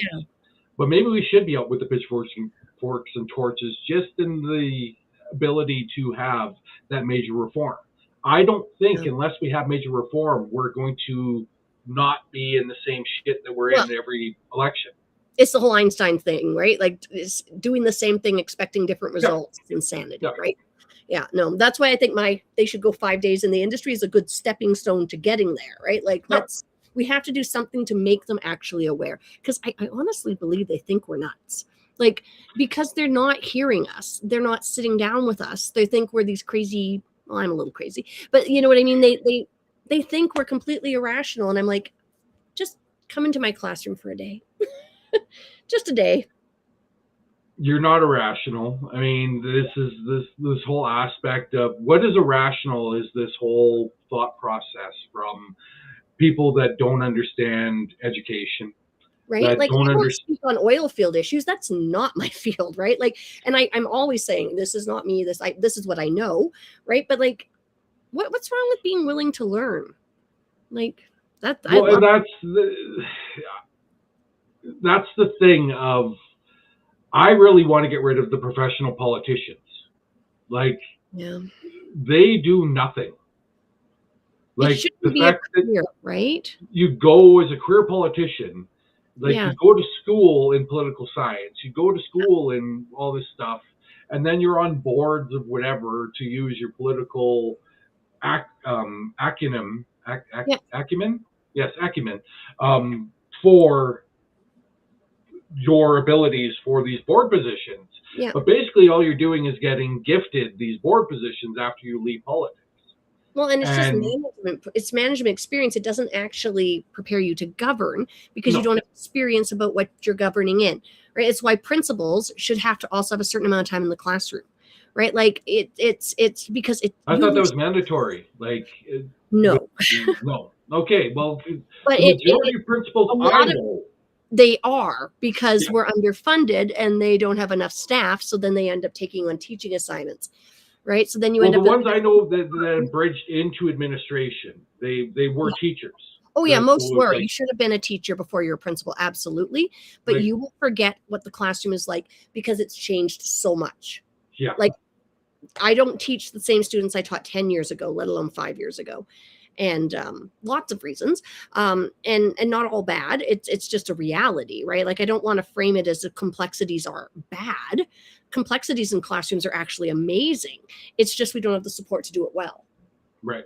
And if you knew how much we were doing with little, I think people would respect teachers a whole lot more. Like, yeah, that's the other piece of the puzzle. There is like you need to understand. I mean, I don't know. It's like from my experiences with nonprofits, right, or even like with our organization, the Alberta Accountability Alliance.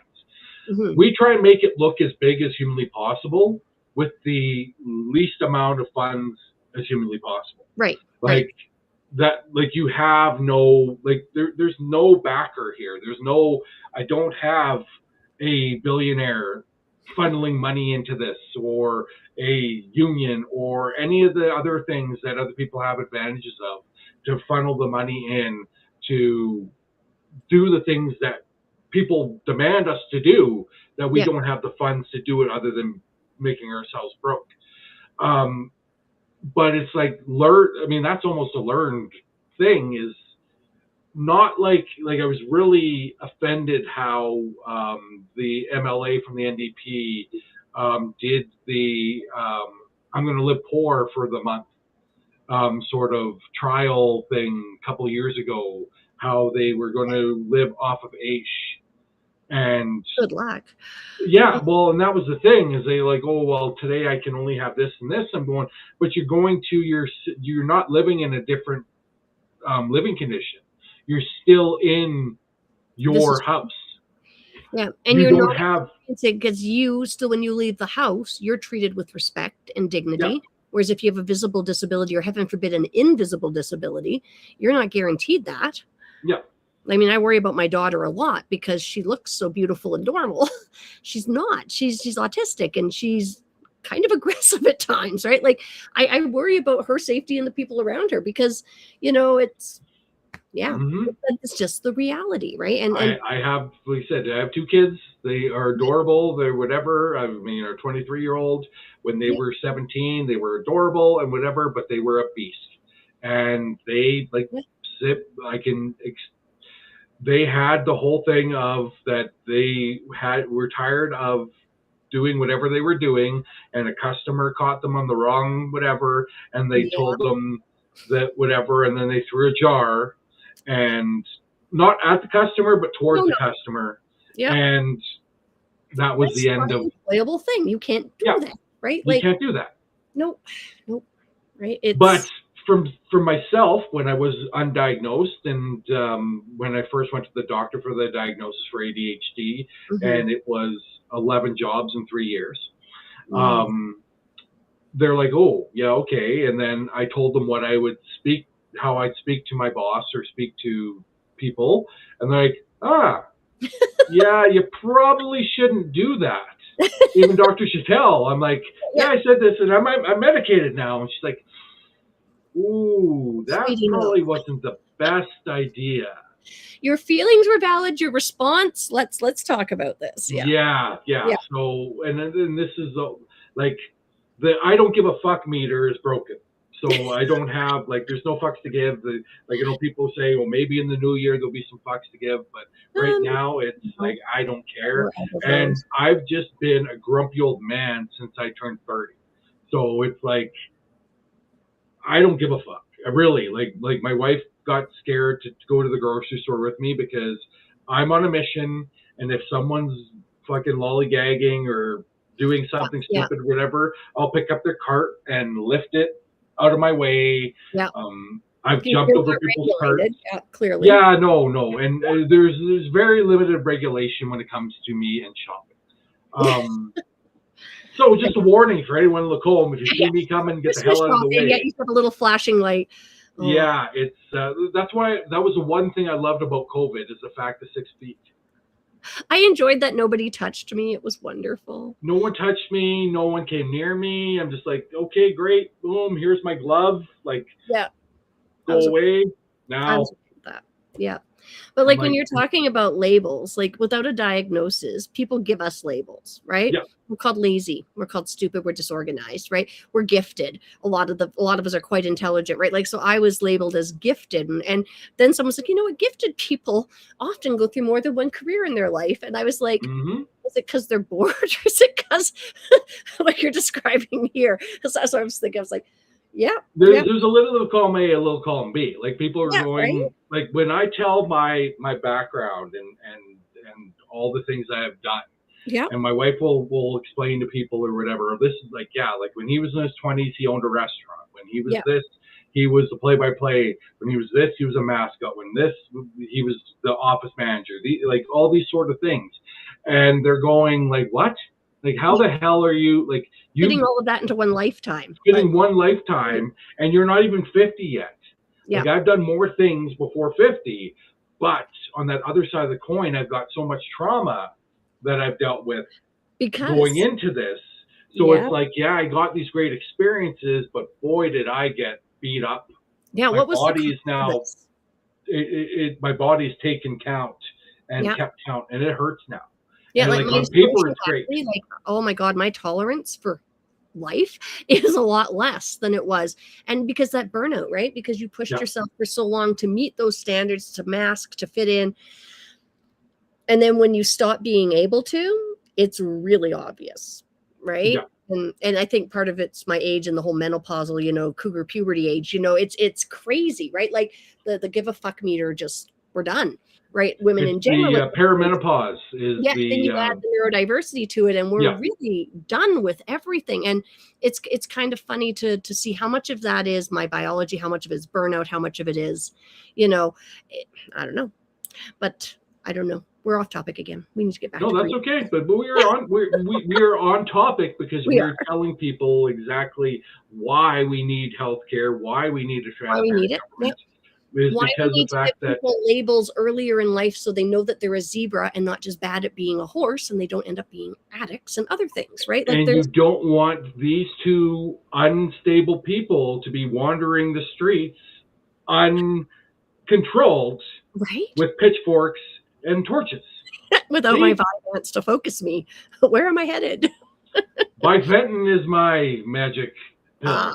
Yes. So I have that, and I have some other things, but I've got I have to get my Vyvanse adjusted because twice in the last week I've ended up standing next to the photocopier of my coffee cup, going, "Why am I in this room?" Yes. So clearly my focus needs to be adjusted again, but I think it's crazy. I gave up. I gave up smoking in 2008. I gave up drinking. I think we're in our 5th year of not drinking. It's not based on. Like, yes, I've got an addictive personality. Yes, but that wasn't a reason whatever. But it was more on my that Tara couldn't drink because of her medication. So you're being a sympathetic person. Yes, having wine made it fun at times, but then if it counteracted with the medication, it was not. Yeah. Like my husband, I'm at the point with my addictions where he could drink in front of me and it would not bother me. Like he might have a beer when we're camping, but he. Just out of respect for my journey, he doesn't even bring it into the house, and he doesn't miss it, right? Like there's other things we can do that. Well, also the fact is that how long did we know that was it hidden that alcohol causes cancer? Yeah. No one talks about that. There's warnings on the bottles and whatever, but they're all little tiny things. But no one talks about that piece. Well, everyone worries about marijuana as the gateway drug, but the reality is it's alcohol. Yes, because it's socially acceptable, it's even worse. It's also the most accessible. Yes. It's the most acceptable and accessible. Yeah. And the fact is, it's promoted everywhere. It Like, is. my grievance, here we go. We're back Okay. to the grievances. Sports teams that just focus on the drunks. And the betting. I don't go to any major event anymore because of the intoxicated or inebriated or whatever ignorant assholes that are there, either causing fights or just not, like, you can't enjoy yourself. No, that wasn't the point of drinking, right? It was like, that shouldn't be, right? Like, to get to the point where you're a jerk. But that seems to be the thing. Like, it's the sell from like when we're looking at, like, go back to Mad Men and the 1950s and 60s and whatever, and the ad agencies, the sell was alcohol. It makes you stronger. It makes you, you all hang out. We're all at the bar. Let's have a bud. Let's have whatever. And you don't know how much of it there is until, like, when I was first sober the first time and watching TV, like Big Bang Theory, like everyone is drinking all the time. I'm like, yeah, seriously? Right? But, like, yeah, I don't know. Like, we watch Alex's new favorite show is Bar Rescue. Oh, yeah. So I watch John Tapper when I wake up in the morning. Yep. I watch John Tapper when I go to bed at night. Yeah. And and then when I go to watch the TV, John Tapper is on there, and they're on their phone or they're whatever. And I probably watched every episode, but they also like to watch the I can never remember the bloody words, like the all put together, just the clips, something like that. Yeah, it's like I always want to say collaboration, but it's not. It's like something. Anyway, someone here, if you guys are watching, listening, just message me what the real word is, because I'll never remember it. I'll remember it in the morning.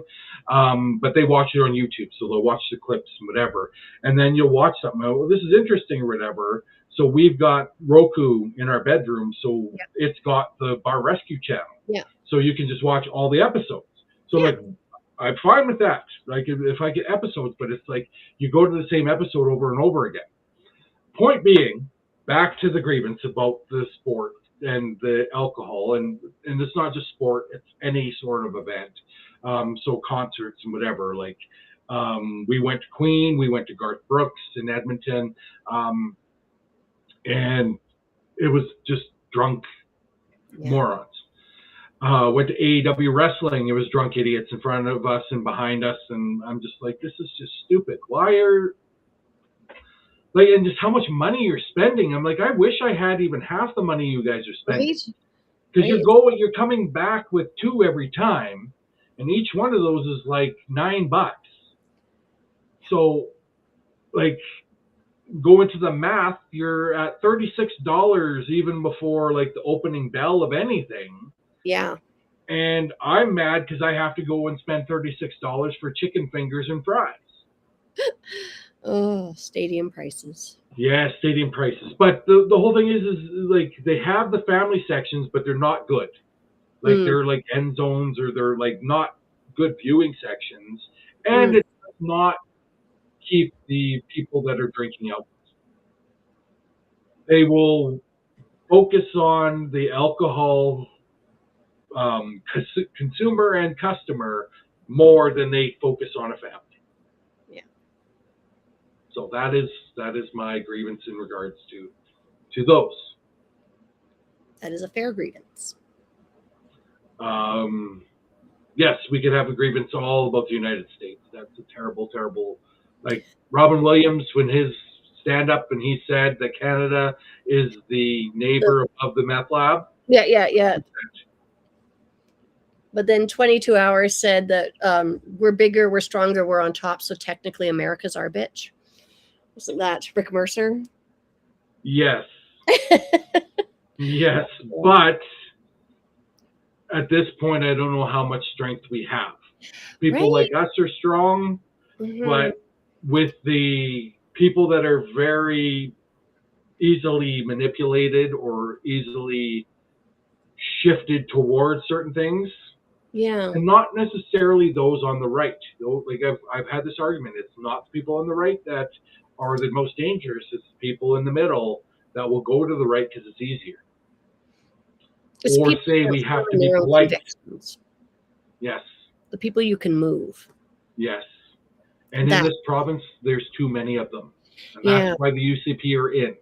And that's why I want to be, you know, I keep going back to Hamilton. Like the more this year has gone on, and just because my kid's been listening to Hamilton on loop since June, I think about all the things that the Americans were facing when they wanted to become their own country. And some of the, I like how Hamilton kind of puts a very casual sort of, there's, you know, like clearly Jefferson, you know, he's like, take it, I'll put that in your ass or whatever in the conferences. And they're like, that's not how we actually talk in meetings. But the whole idea of like the room where it happened, like, how do we get into those rooms? Right. Yeah. Like, how do we get invited to the town hall that was in Airdrie yesterday that nobody knew about? How do we get, because I mean, I don't care who elected you. You're the government of everybody.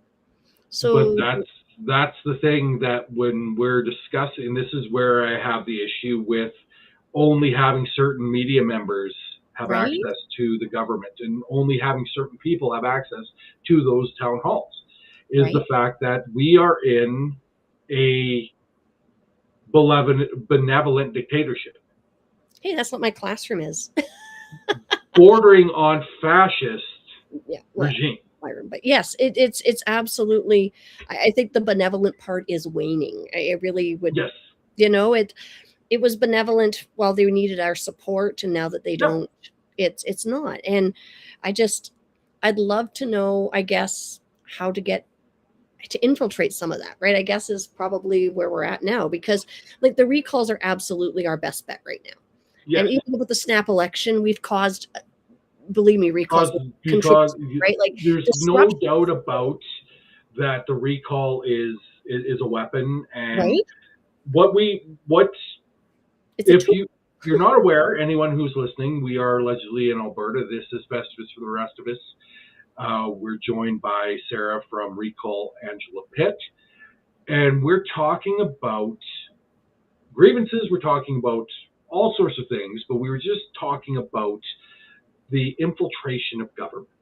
Yeah. And we're not talking about let's all infiltrate the government and let's start a no.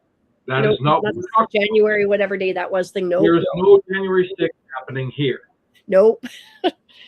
Even we're Canadian. We're going to do it civilly. Even though January 6th was an inside job. Anyway, we're going to unleash the Canadian geese upon thee. Oh. Yes, they're mean bastards.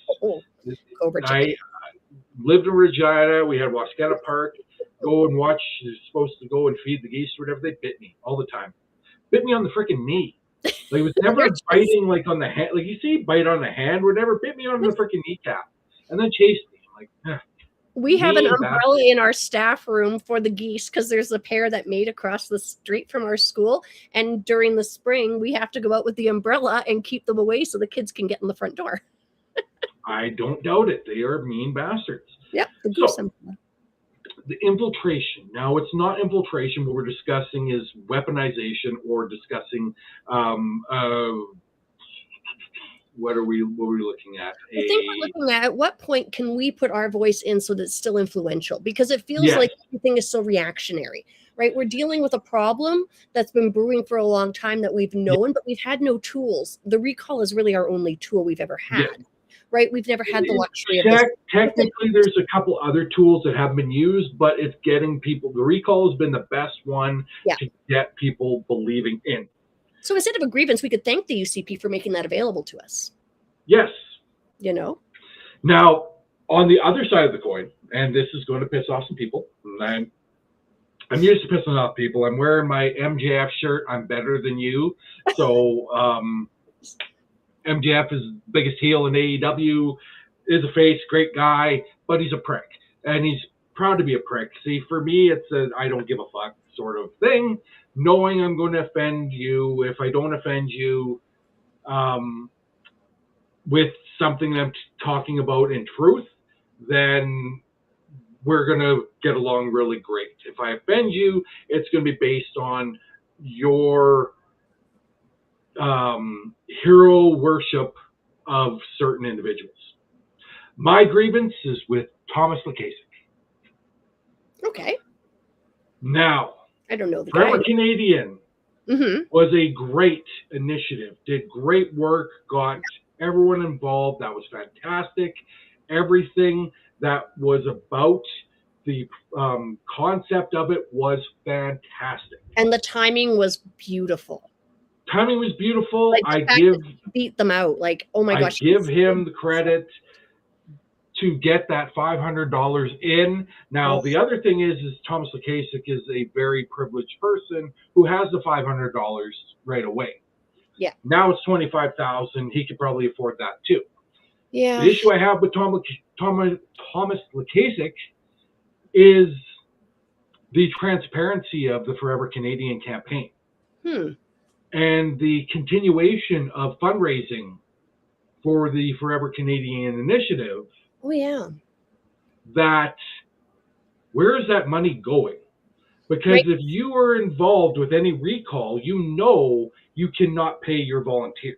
No, and once the recall's done, our fundraising is done. Correct. So that is my question. For that petition, then there must be, because it's not under the recall. I think it's the fact that they're too busy to look into it right now. And because everyone is so, I'm Albertan, I'm Canadian, he gets a pass. Unfortunately, his pass is very, very opportunistic. Yeah. And it's a very much a exploitation of people's needs to have a voice. And being beaten down by the UCP for so many years, to have something, have a win, they'll turn a blind eye to not necessarily the best behavior. Because I looked at what they raised, and they got money from this union, and they got money from this place, and it was $70,000 here and $60,000 there, and there's no they sold a lot. They can collect either, because we could never take a donation that large. I know. So I think ours is capped at 34,000. Well, there's for any initiative, and even now that it's 25,000, I think they've upped it to like 480 grand or something that you can collect. So it's not the amount per se, but it is the fact that the amount was collected. And who is getting that money? Yeah, that's my question. Because, yes, I know the rented bus or RV or whatever you did would cost some money. Yeah. 100%. And getting pricey. And your spaces. And they didn't have to do like what we're dealing with is buying indoor space. Exactly. They also didn't have, they had the Polish club the entire time. So they had a home base. Yes, yes. The entire time, so they never had to pay for or never had to worry about inside space. They were also during the summer, so they didn't really have to worry about outside space either. The other aspect is he's traveled all over the place. So he was in the RV, and all the photo ops and all the videos was everyone bringing him gifts of meals and supplies. Yes, and expensing that.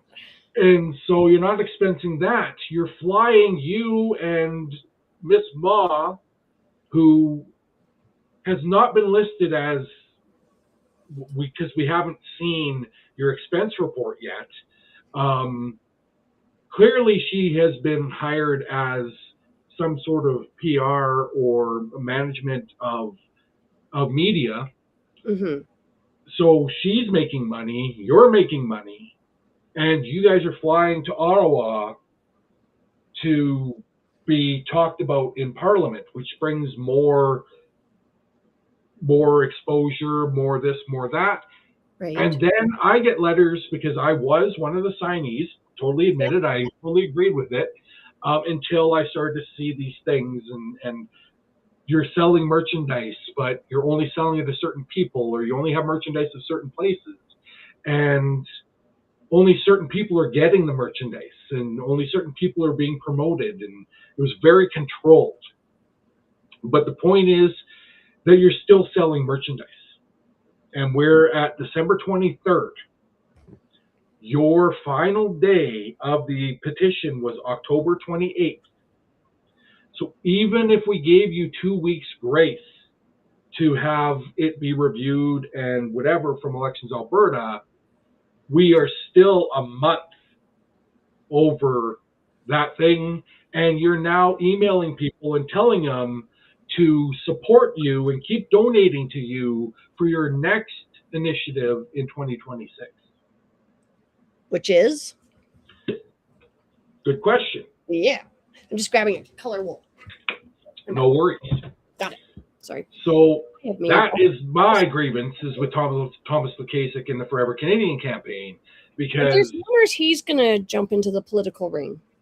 That is the other piece. So is there a possibility this is pre-campaign?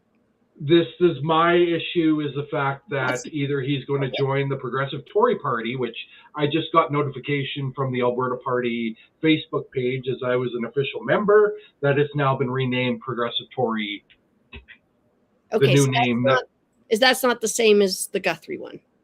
Or Yeah, is that is the Guthrie one. Okay. Yeah.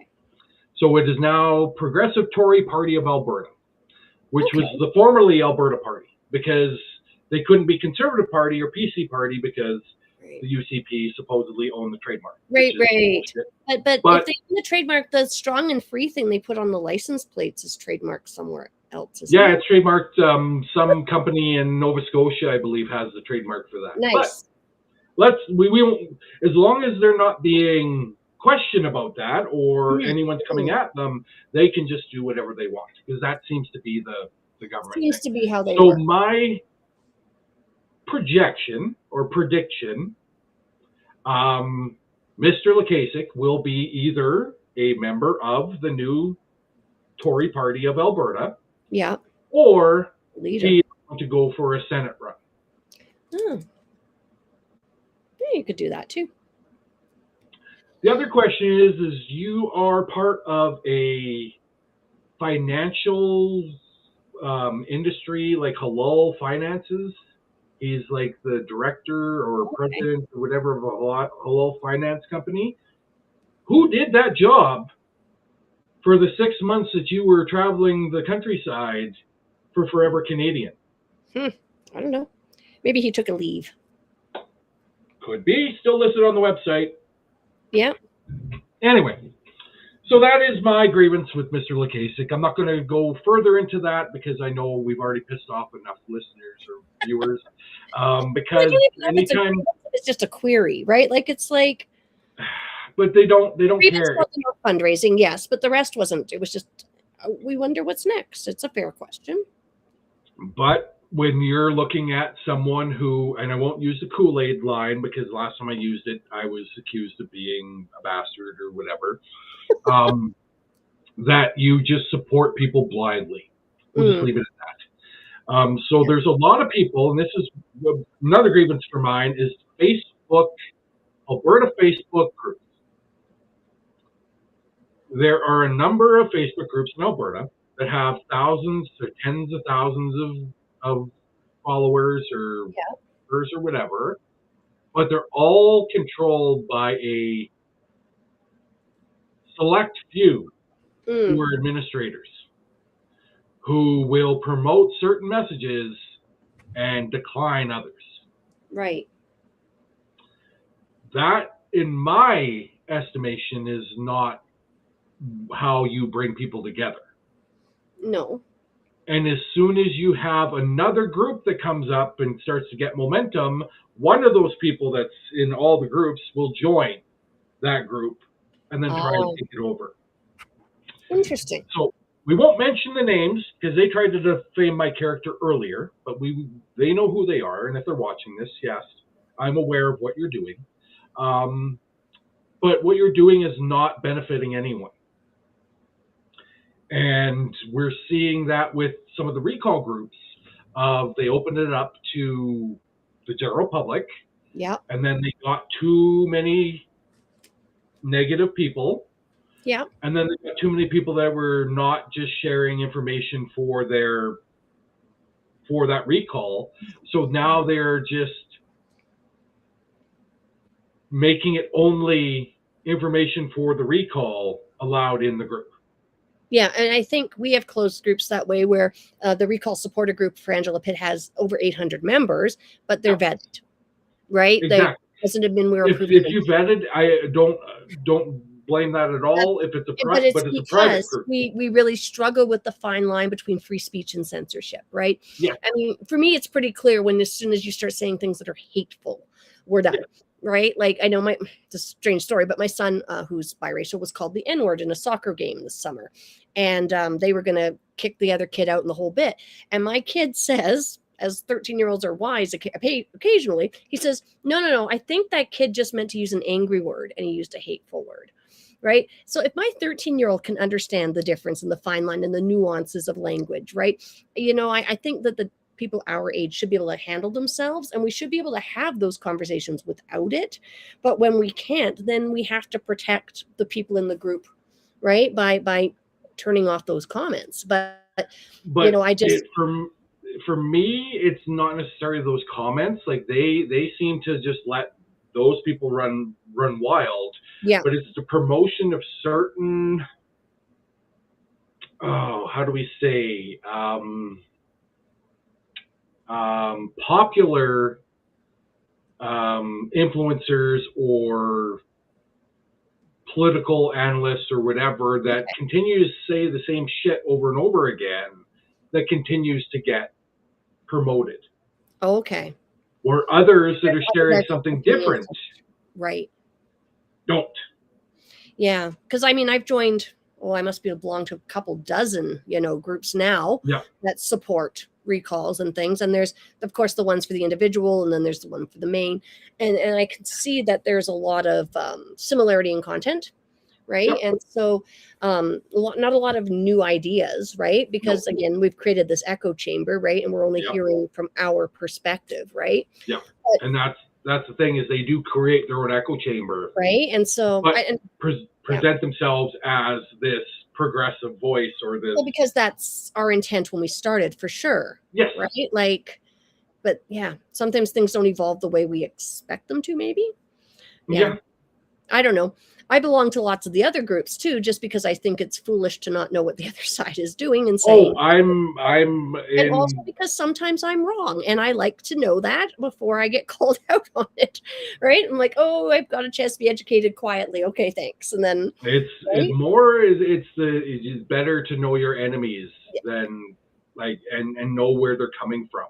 Yeah. My high school debate teacher, she was like, the best way to prepare is to prepare as if you're arguing the other side. And then you shoot down every one of those, right? And that's just smart debate, right? Oh, well, there we got someone saying pronouns and LOLing. We're not going to show your comment there because pronouns is a choice. If you're not for choice, then you can fuck right off. That is the way we play games here. And it's not a game. We're not here to make some bullshit comment and think that you're going to get into a fight. There's no fight. We don't engage. It's about pronouns. I do. I can lodge one. I have a grievance that I have to have an extra form filled out. This isn't even pronouns. This is preferred names.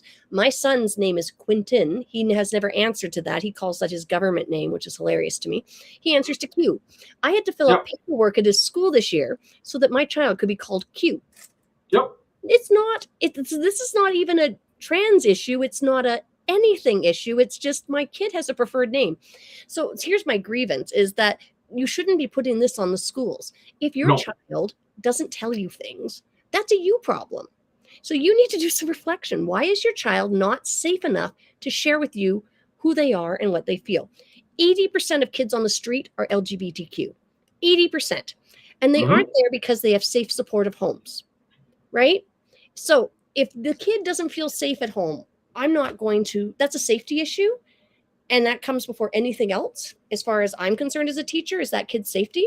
So if a kid says, call me Henrietta, and their name's Henry, I'm going to call him Henrietta, because that makes them feel seen, safe. It's suicide prevention.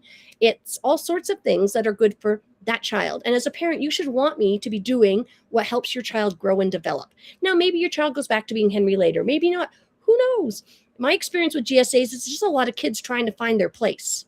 It isn't even about sexuality, because we're not allowed to talk about it there, right? That's theme 5 stuff. You have to sign to say we're allowed to talk about that. That's not happening there. We're having pizza and we're talking about, who has the coolest socks. I don't even know, right? No, this is our kids in the GSA, and it's me to parent. Yeah, that's not my job. Our kids in the GSA, and they are there because they're there because they're accepted and their friends are there. But they also get free breakfast and food. And they play games. And they have a good time. Play games, and it's a break from the monotony of school. It's no different than the community I build in my band classes. All of us we have our freak flag flying because we're all ourselves in that room. And I have everybody from the high academic athletic kids to the most goofy kids to the GSA kids to everybody's there. But they find their place, right? And that's all you should want for your kid, is to find their people, right? And 100%. If you don't like who their people are, well, I don't know. I saw one that was a pretty harsh statement. It's like, if you're not going to be okay with having a gay child, then don't have kids, right? But I understand the sentiment behind that, because you don't get to pick, right? No. I didn't know I was going to raise children with severe special needs. No. That's not something you get to choose. And when you have that and you work through it, people are like, oh, you're such a wonderful mother for supporting your child's needs. But if your child happens to have issues that are mental health related or something else, you don't get the same support, right? You don't get the same, I don't know. No, and that's the thing. Like you said, we're learning with the CAST classroom that there's positives and negatives in that, and what we were presented as the classroom and what it's become are two different things. Yeah. And a lot of it's based on resources. A lot of it's based on illness. Like when you have a point where the teacher that is there is sick, and the supervisor, who is not a teacher, has to illegally teach the class because they have no subs. Or in my school, they'll cancel music or gym, and we go and teach classes. I've done that 11 times this year. Even with the strike, 11 times I've been pulled. My wife was in the same boat. Totally understand. My wife was. For your children who got to learn Pythagoras from me, I'm sorry. I don't. The teacher came in the next day. She's like, "What did you tell them?" I'm like, "I don't know. I followed the video. It wasn't right." It wasn't a good video, and this wasn't fun. And don't do it to me again. Yeah, I'm sorry. I tried. Oh, it's okay. It's like the days of my band class. I feel for them. The days that we could just go to 7-Up and. Oh my God! I forgot about that game. I bet your kids would like that game. Still, I'm sure they would. Good. I'm gonna have to bring that one back. See, that's we're not going to do that. We're just going to do this. I'm like, awesome. Yes, that was. Everyone's heads down. Oh my God! It's the only way to get you to shut up for 5 seconds. Yes, you be quiet. You know what? We'd have to call it something else, because I'd be getting 6, 7. Yes, you get 6, 7. It's the first time in my career that I can say, okay, everyone, start at measure 69, and nobody giggles. Ha. There's been progress. That is progress. I used to have to say the measure before 70. No. Now it's 6, 7 I have to watch out for. Oh. Yeah, that's terrible. It's just a terrible thing. I don't get it. I don't understand. It's just silly, and I don't mind it because it's just silly. It's like we're got Sirius Radio for free for the next 3 months or whatever. So I haven't had Sirius Radio since I had the actual. I didn't even know if I had Sirius. Maybe I had XM. Anyway. Had the thing, haven't had it for a while, whatever. It's just an app on the phone, so we're playing it, whatever. Listening to the pro wrestling podcast is great. And then I'm like, oh, I got to listen to music. And I'm like, well, what music would I like? I listen to the 2000s.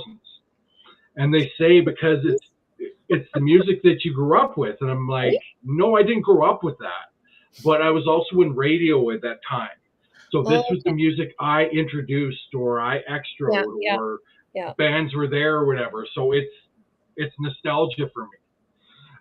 But with all that being said, my wife and I watched the Air Supply 50th anniversary concert last night that we recorded from PBS.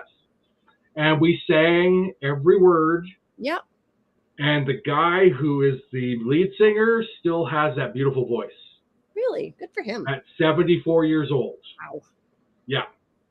It looks like he's going to die on stage. Like he's shuffling and he's like trying to be all goth. He's got black hair and nail polish and whatever, but he's like shuffling. Like, might actually appear is what we're saying. Yeah.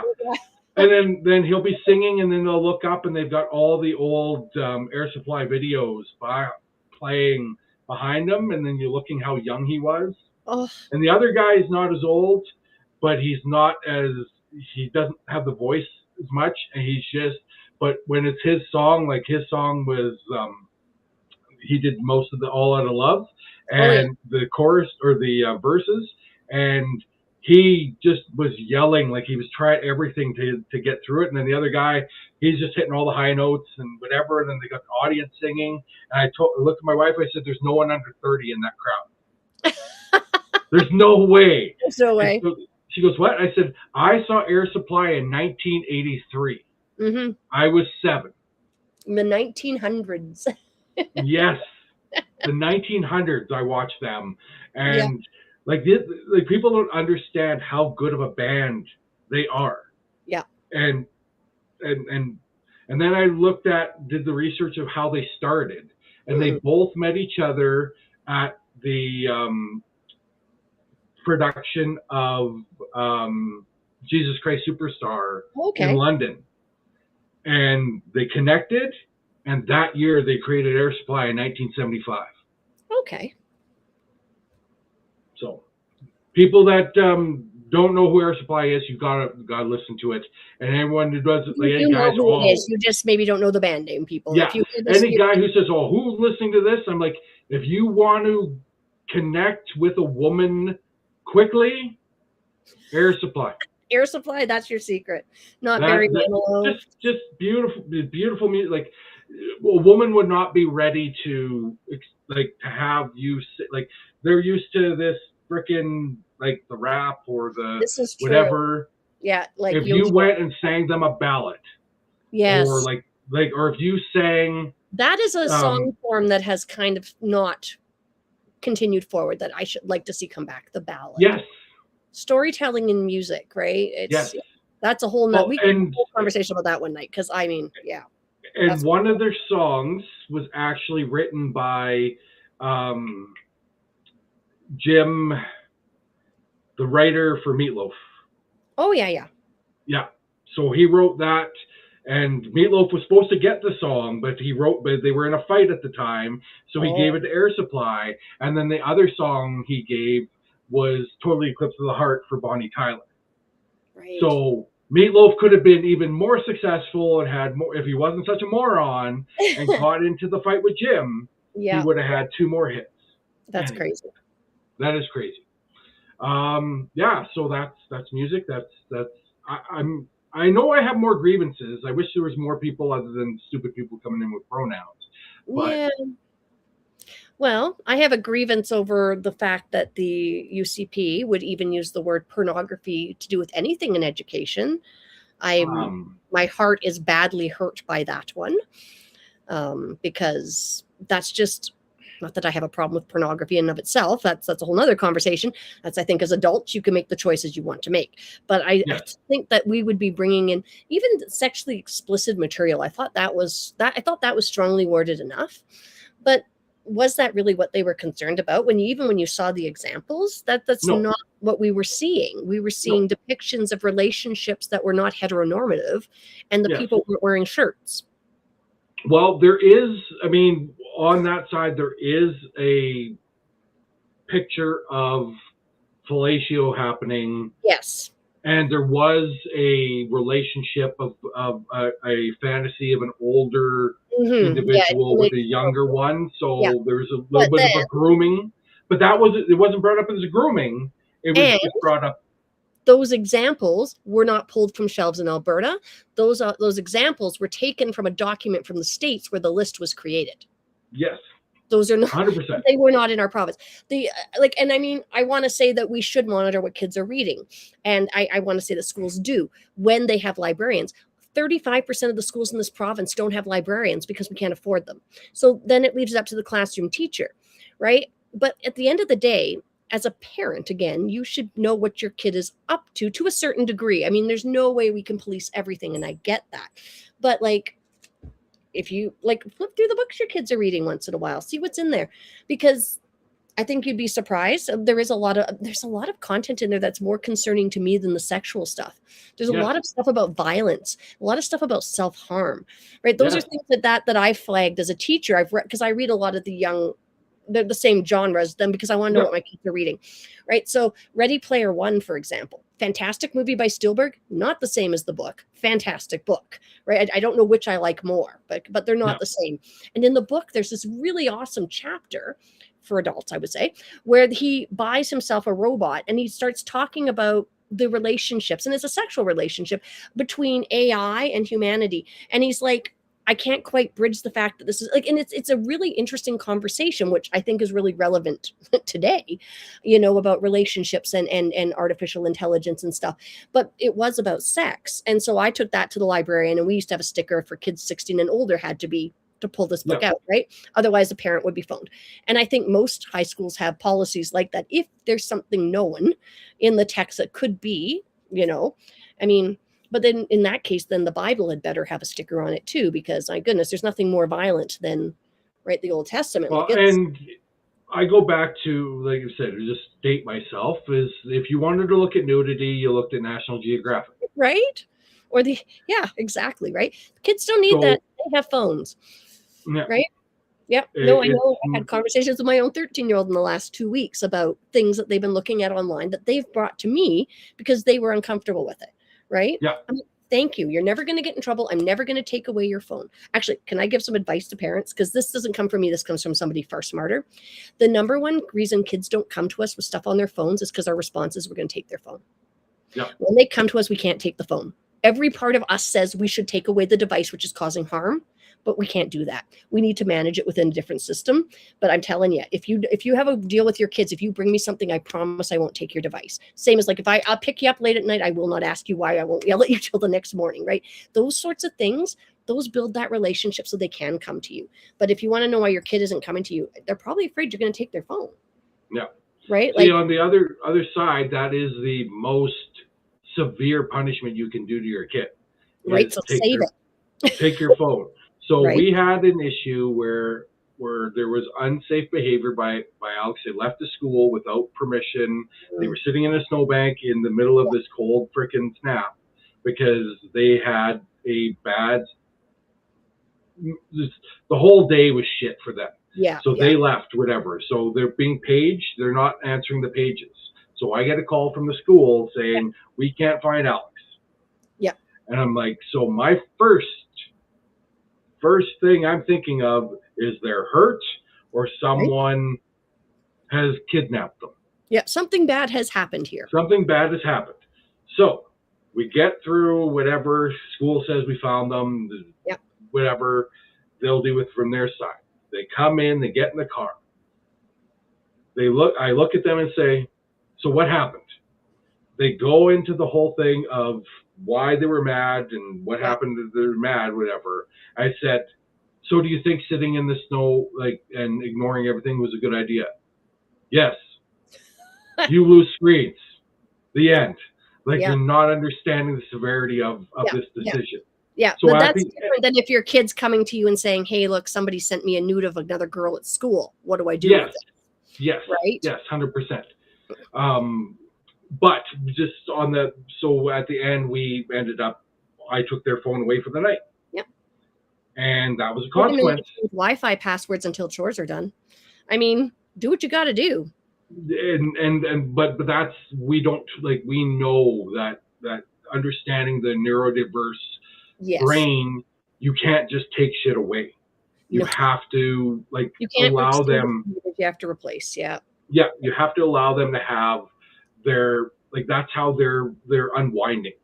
Like, as much as people say, oh, you shouldn't have screen time, whatever. I'm like, if that's my kid is quiet and relaxed and they're playing some silly app game, fine. Yep. If they're going and looking up wrong stuff, no, then we have a conversation of let's not do that. Yep. But it's also like watching TV. It's like they finally got to watch Has Been Hotel after watching the clips or whatever on YouTube. We finally let them watch the episodes. They got to a part of the episode where they were uncomfortable, so they just fast forwarded that part and continued watching. If we would have just allowed them, they wouldn't have been mature enough to watch. Yeah. And then it would have just been this whole thing. So and certain things, like they want to, of course, they want to watch. They love queer things, so they want to watch the new Crave hockey gay, the two gay hockey player show that it's like blowing up. Like Pedro Pascal loves it, and all the Rainbow Mafia community loves it. And I'm like, no, it is graphic. It is 18 plus because there is sexual.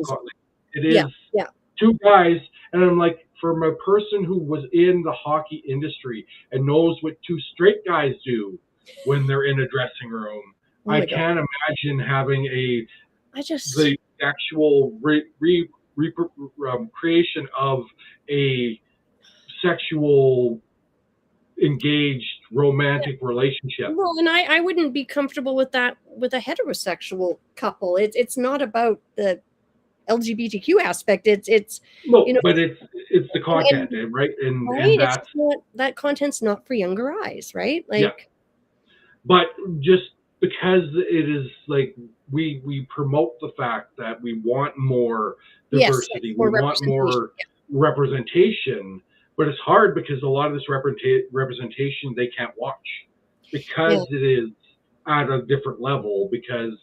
Well, it's just like back in the day when the sexualization of women was even worse in because in the 80s it was really bad, like with advertising and stuff. And and so then suddenly they started doing it for men, and people are calling this progress. And I'm like, no.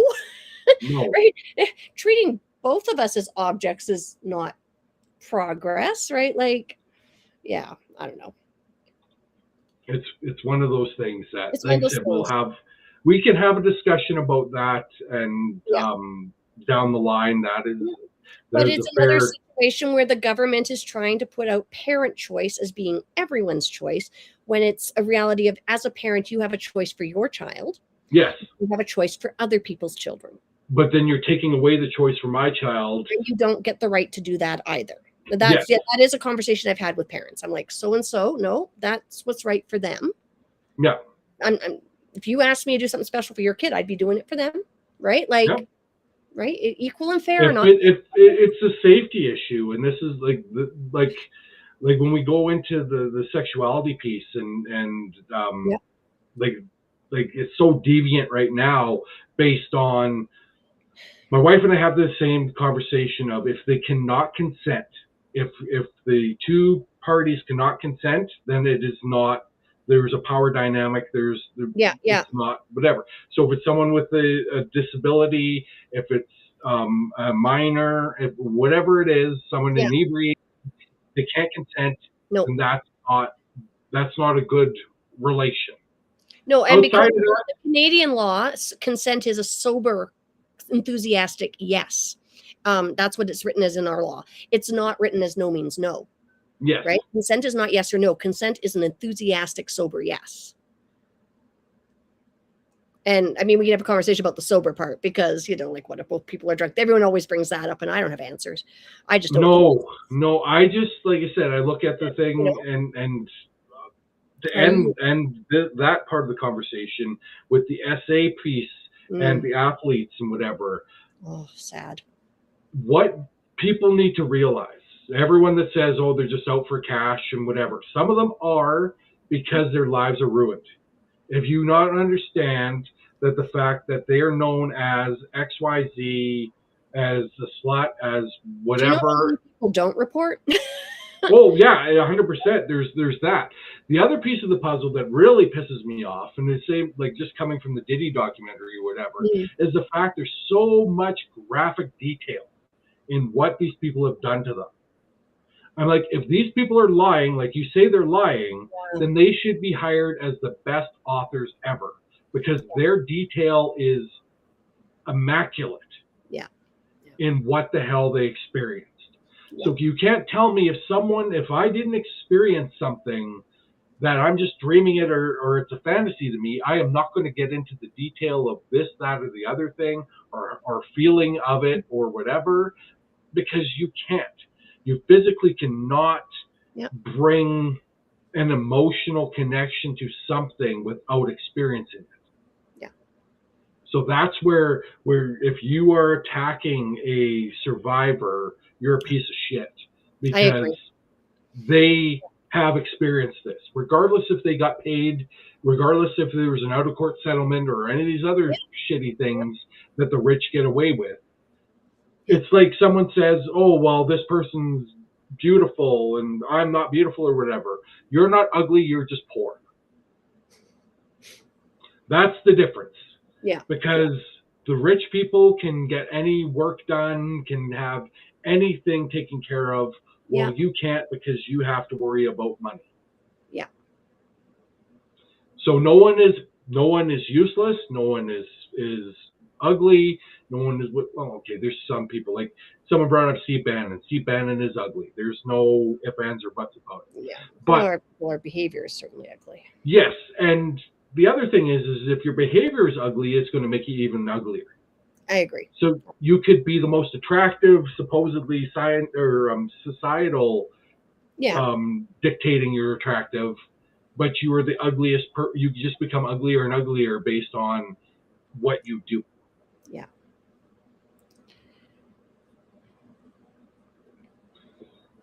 So that is, so there's that. I've run out of, well, I've not run out of things, but I think we can. But we've been going on a while. Yeah. We've been going on for a while. My husband will have a grievance if I don't show up at some point. Yes, and my child just needs me to charge their phone and say goodnight. So everyone, thank you for those of you who tuned in, tuned out, whatever. If you're watching this at a later date, we appreciate it. Sarah, thank you for joining us. Thanks for a great conversation. It was all over the place. You're always welcome to, and we like with the Info with Integrity Network, allegedly Alberta is just one of the aspects. We have Sovereignty in Saskatchewan coming in 2026. I've got the other channel, which is Analog is Life, because I believe our lives are more analog. Digital, you can't have anything digital physically. Like you can't eat digital. I see what you're saying. Yep. And most things that are analog are awesome. Like as much as they were hokey when we had them, we're now going back to that physical media and all that stuff. So that's the stuff, and I love TV and discussing those things. So and if people are interested in checking out my channel, Neurospacey Music Teacher, I talk about, well, lately I talk about a lot of politics, but usually it's mostly about what's happening in the world of education and informing people, because, you know, if you don't work in my world, you don't know the difference maybe between pedagogy and ideology. And so I break down those things for people. And I also talk about how to survive as a neurodivergent individual in the field of education or just in life. So yes, if you want to come in. So is it Neurospacey what is teacher? Yeah. I will send you it. Yep. But yeah, so that's what I do over there, and it's just a hobby, and I enjoy it. So keep doing it. Yeah. I'm live streaming the education town hall that's happening in our community on the 10th. So branching out a little bit into covering events. So that's January 10th. January 10th, there's the education town hall, and January 25th, there is the healthcare town hall in Airdrie. Wow. Both are at the library, I believe. Angela Pitt is confirmed for attendance at the education one. Oh, well, that'll be enjoyable for someone. See her in person. I'm excited. She's like a unicorn.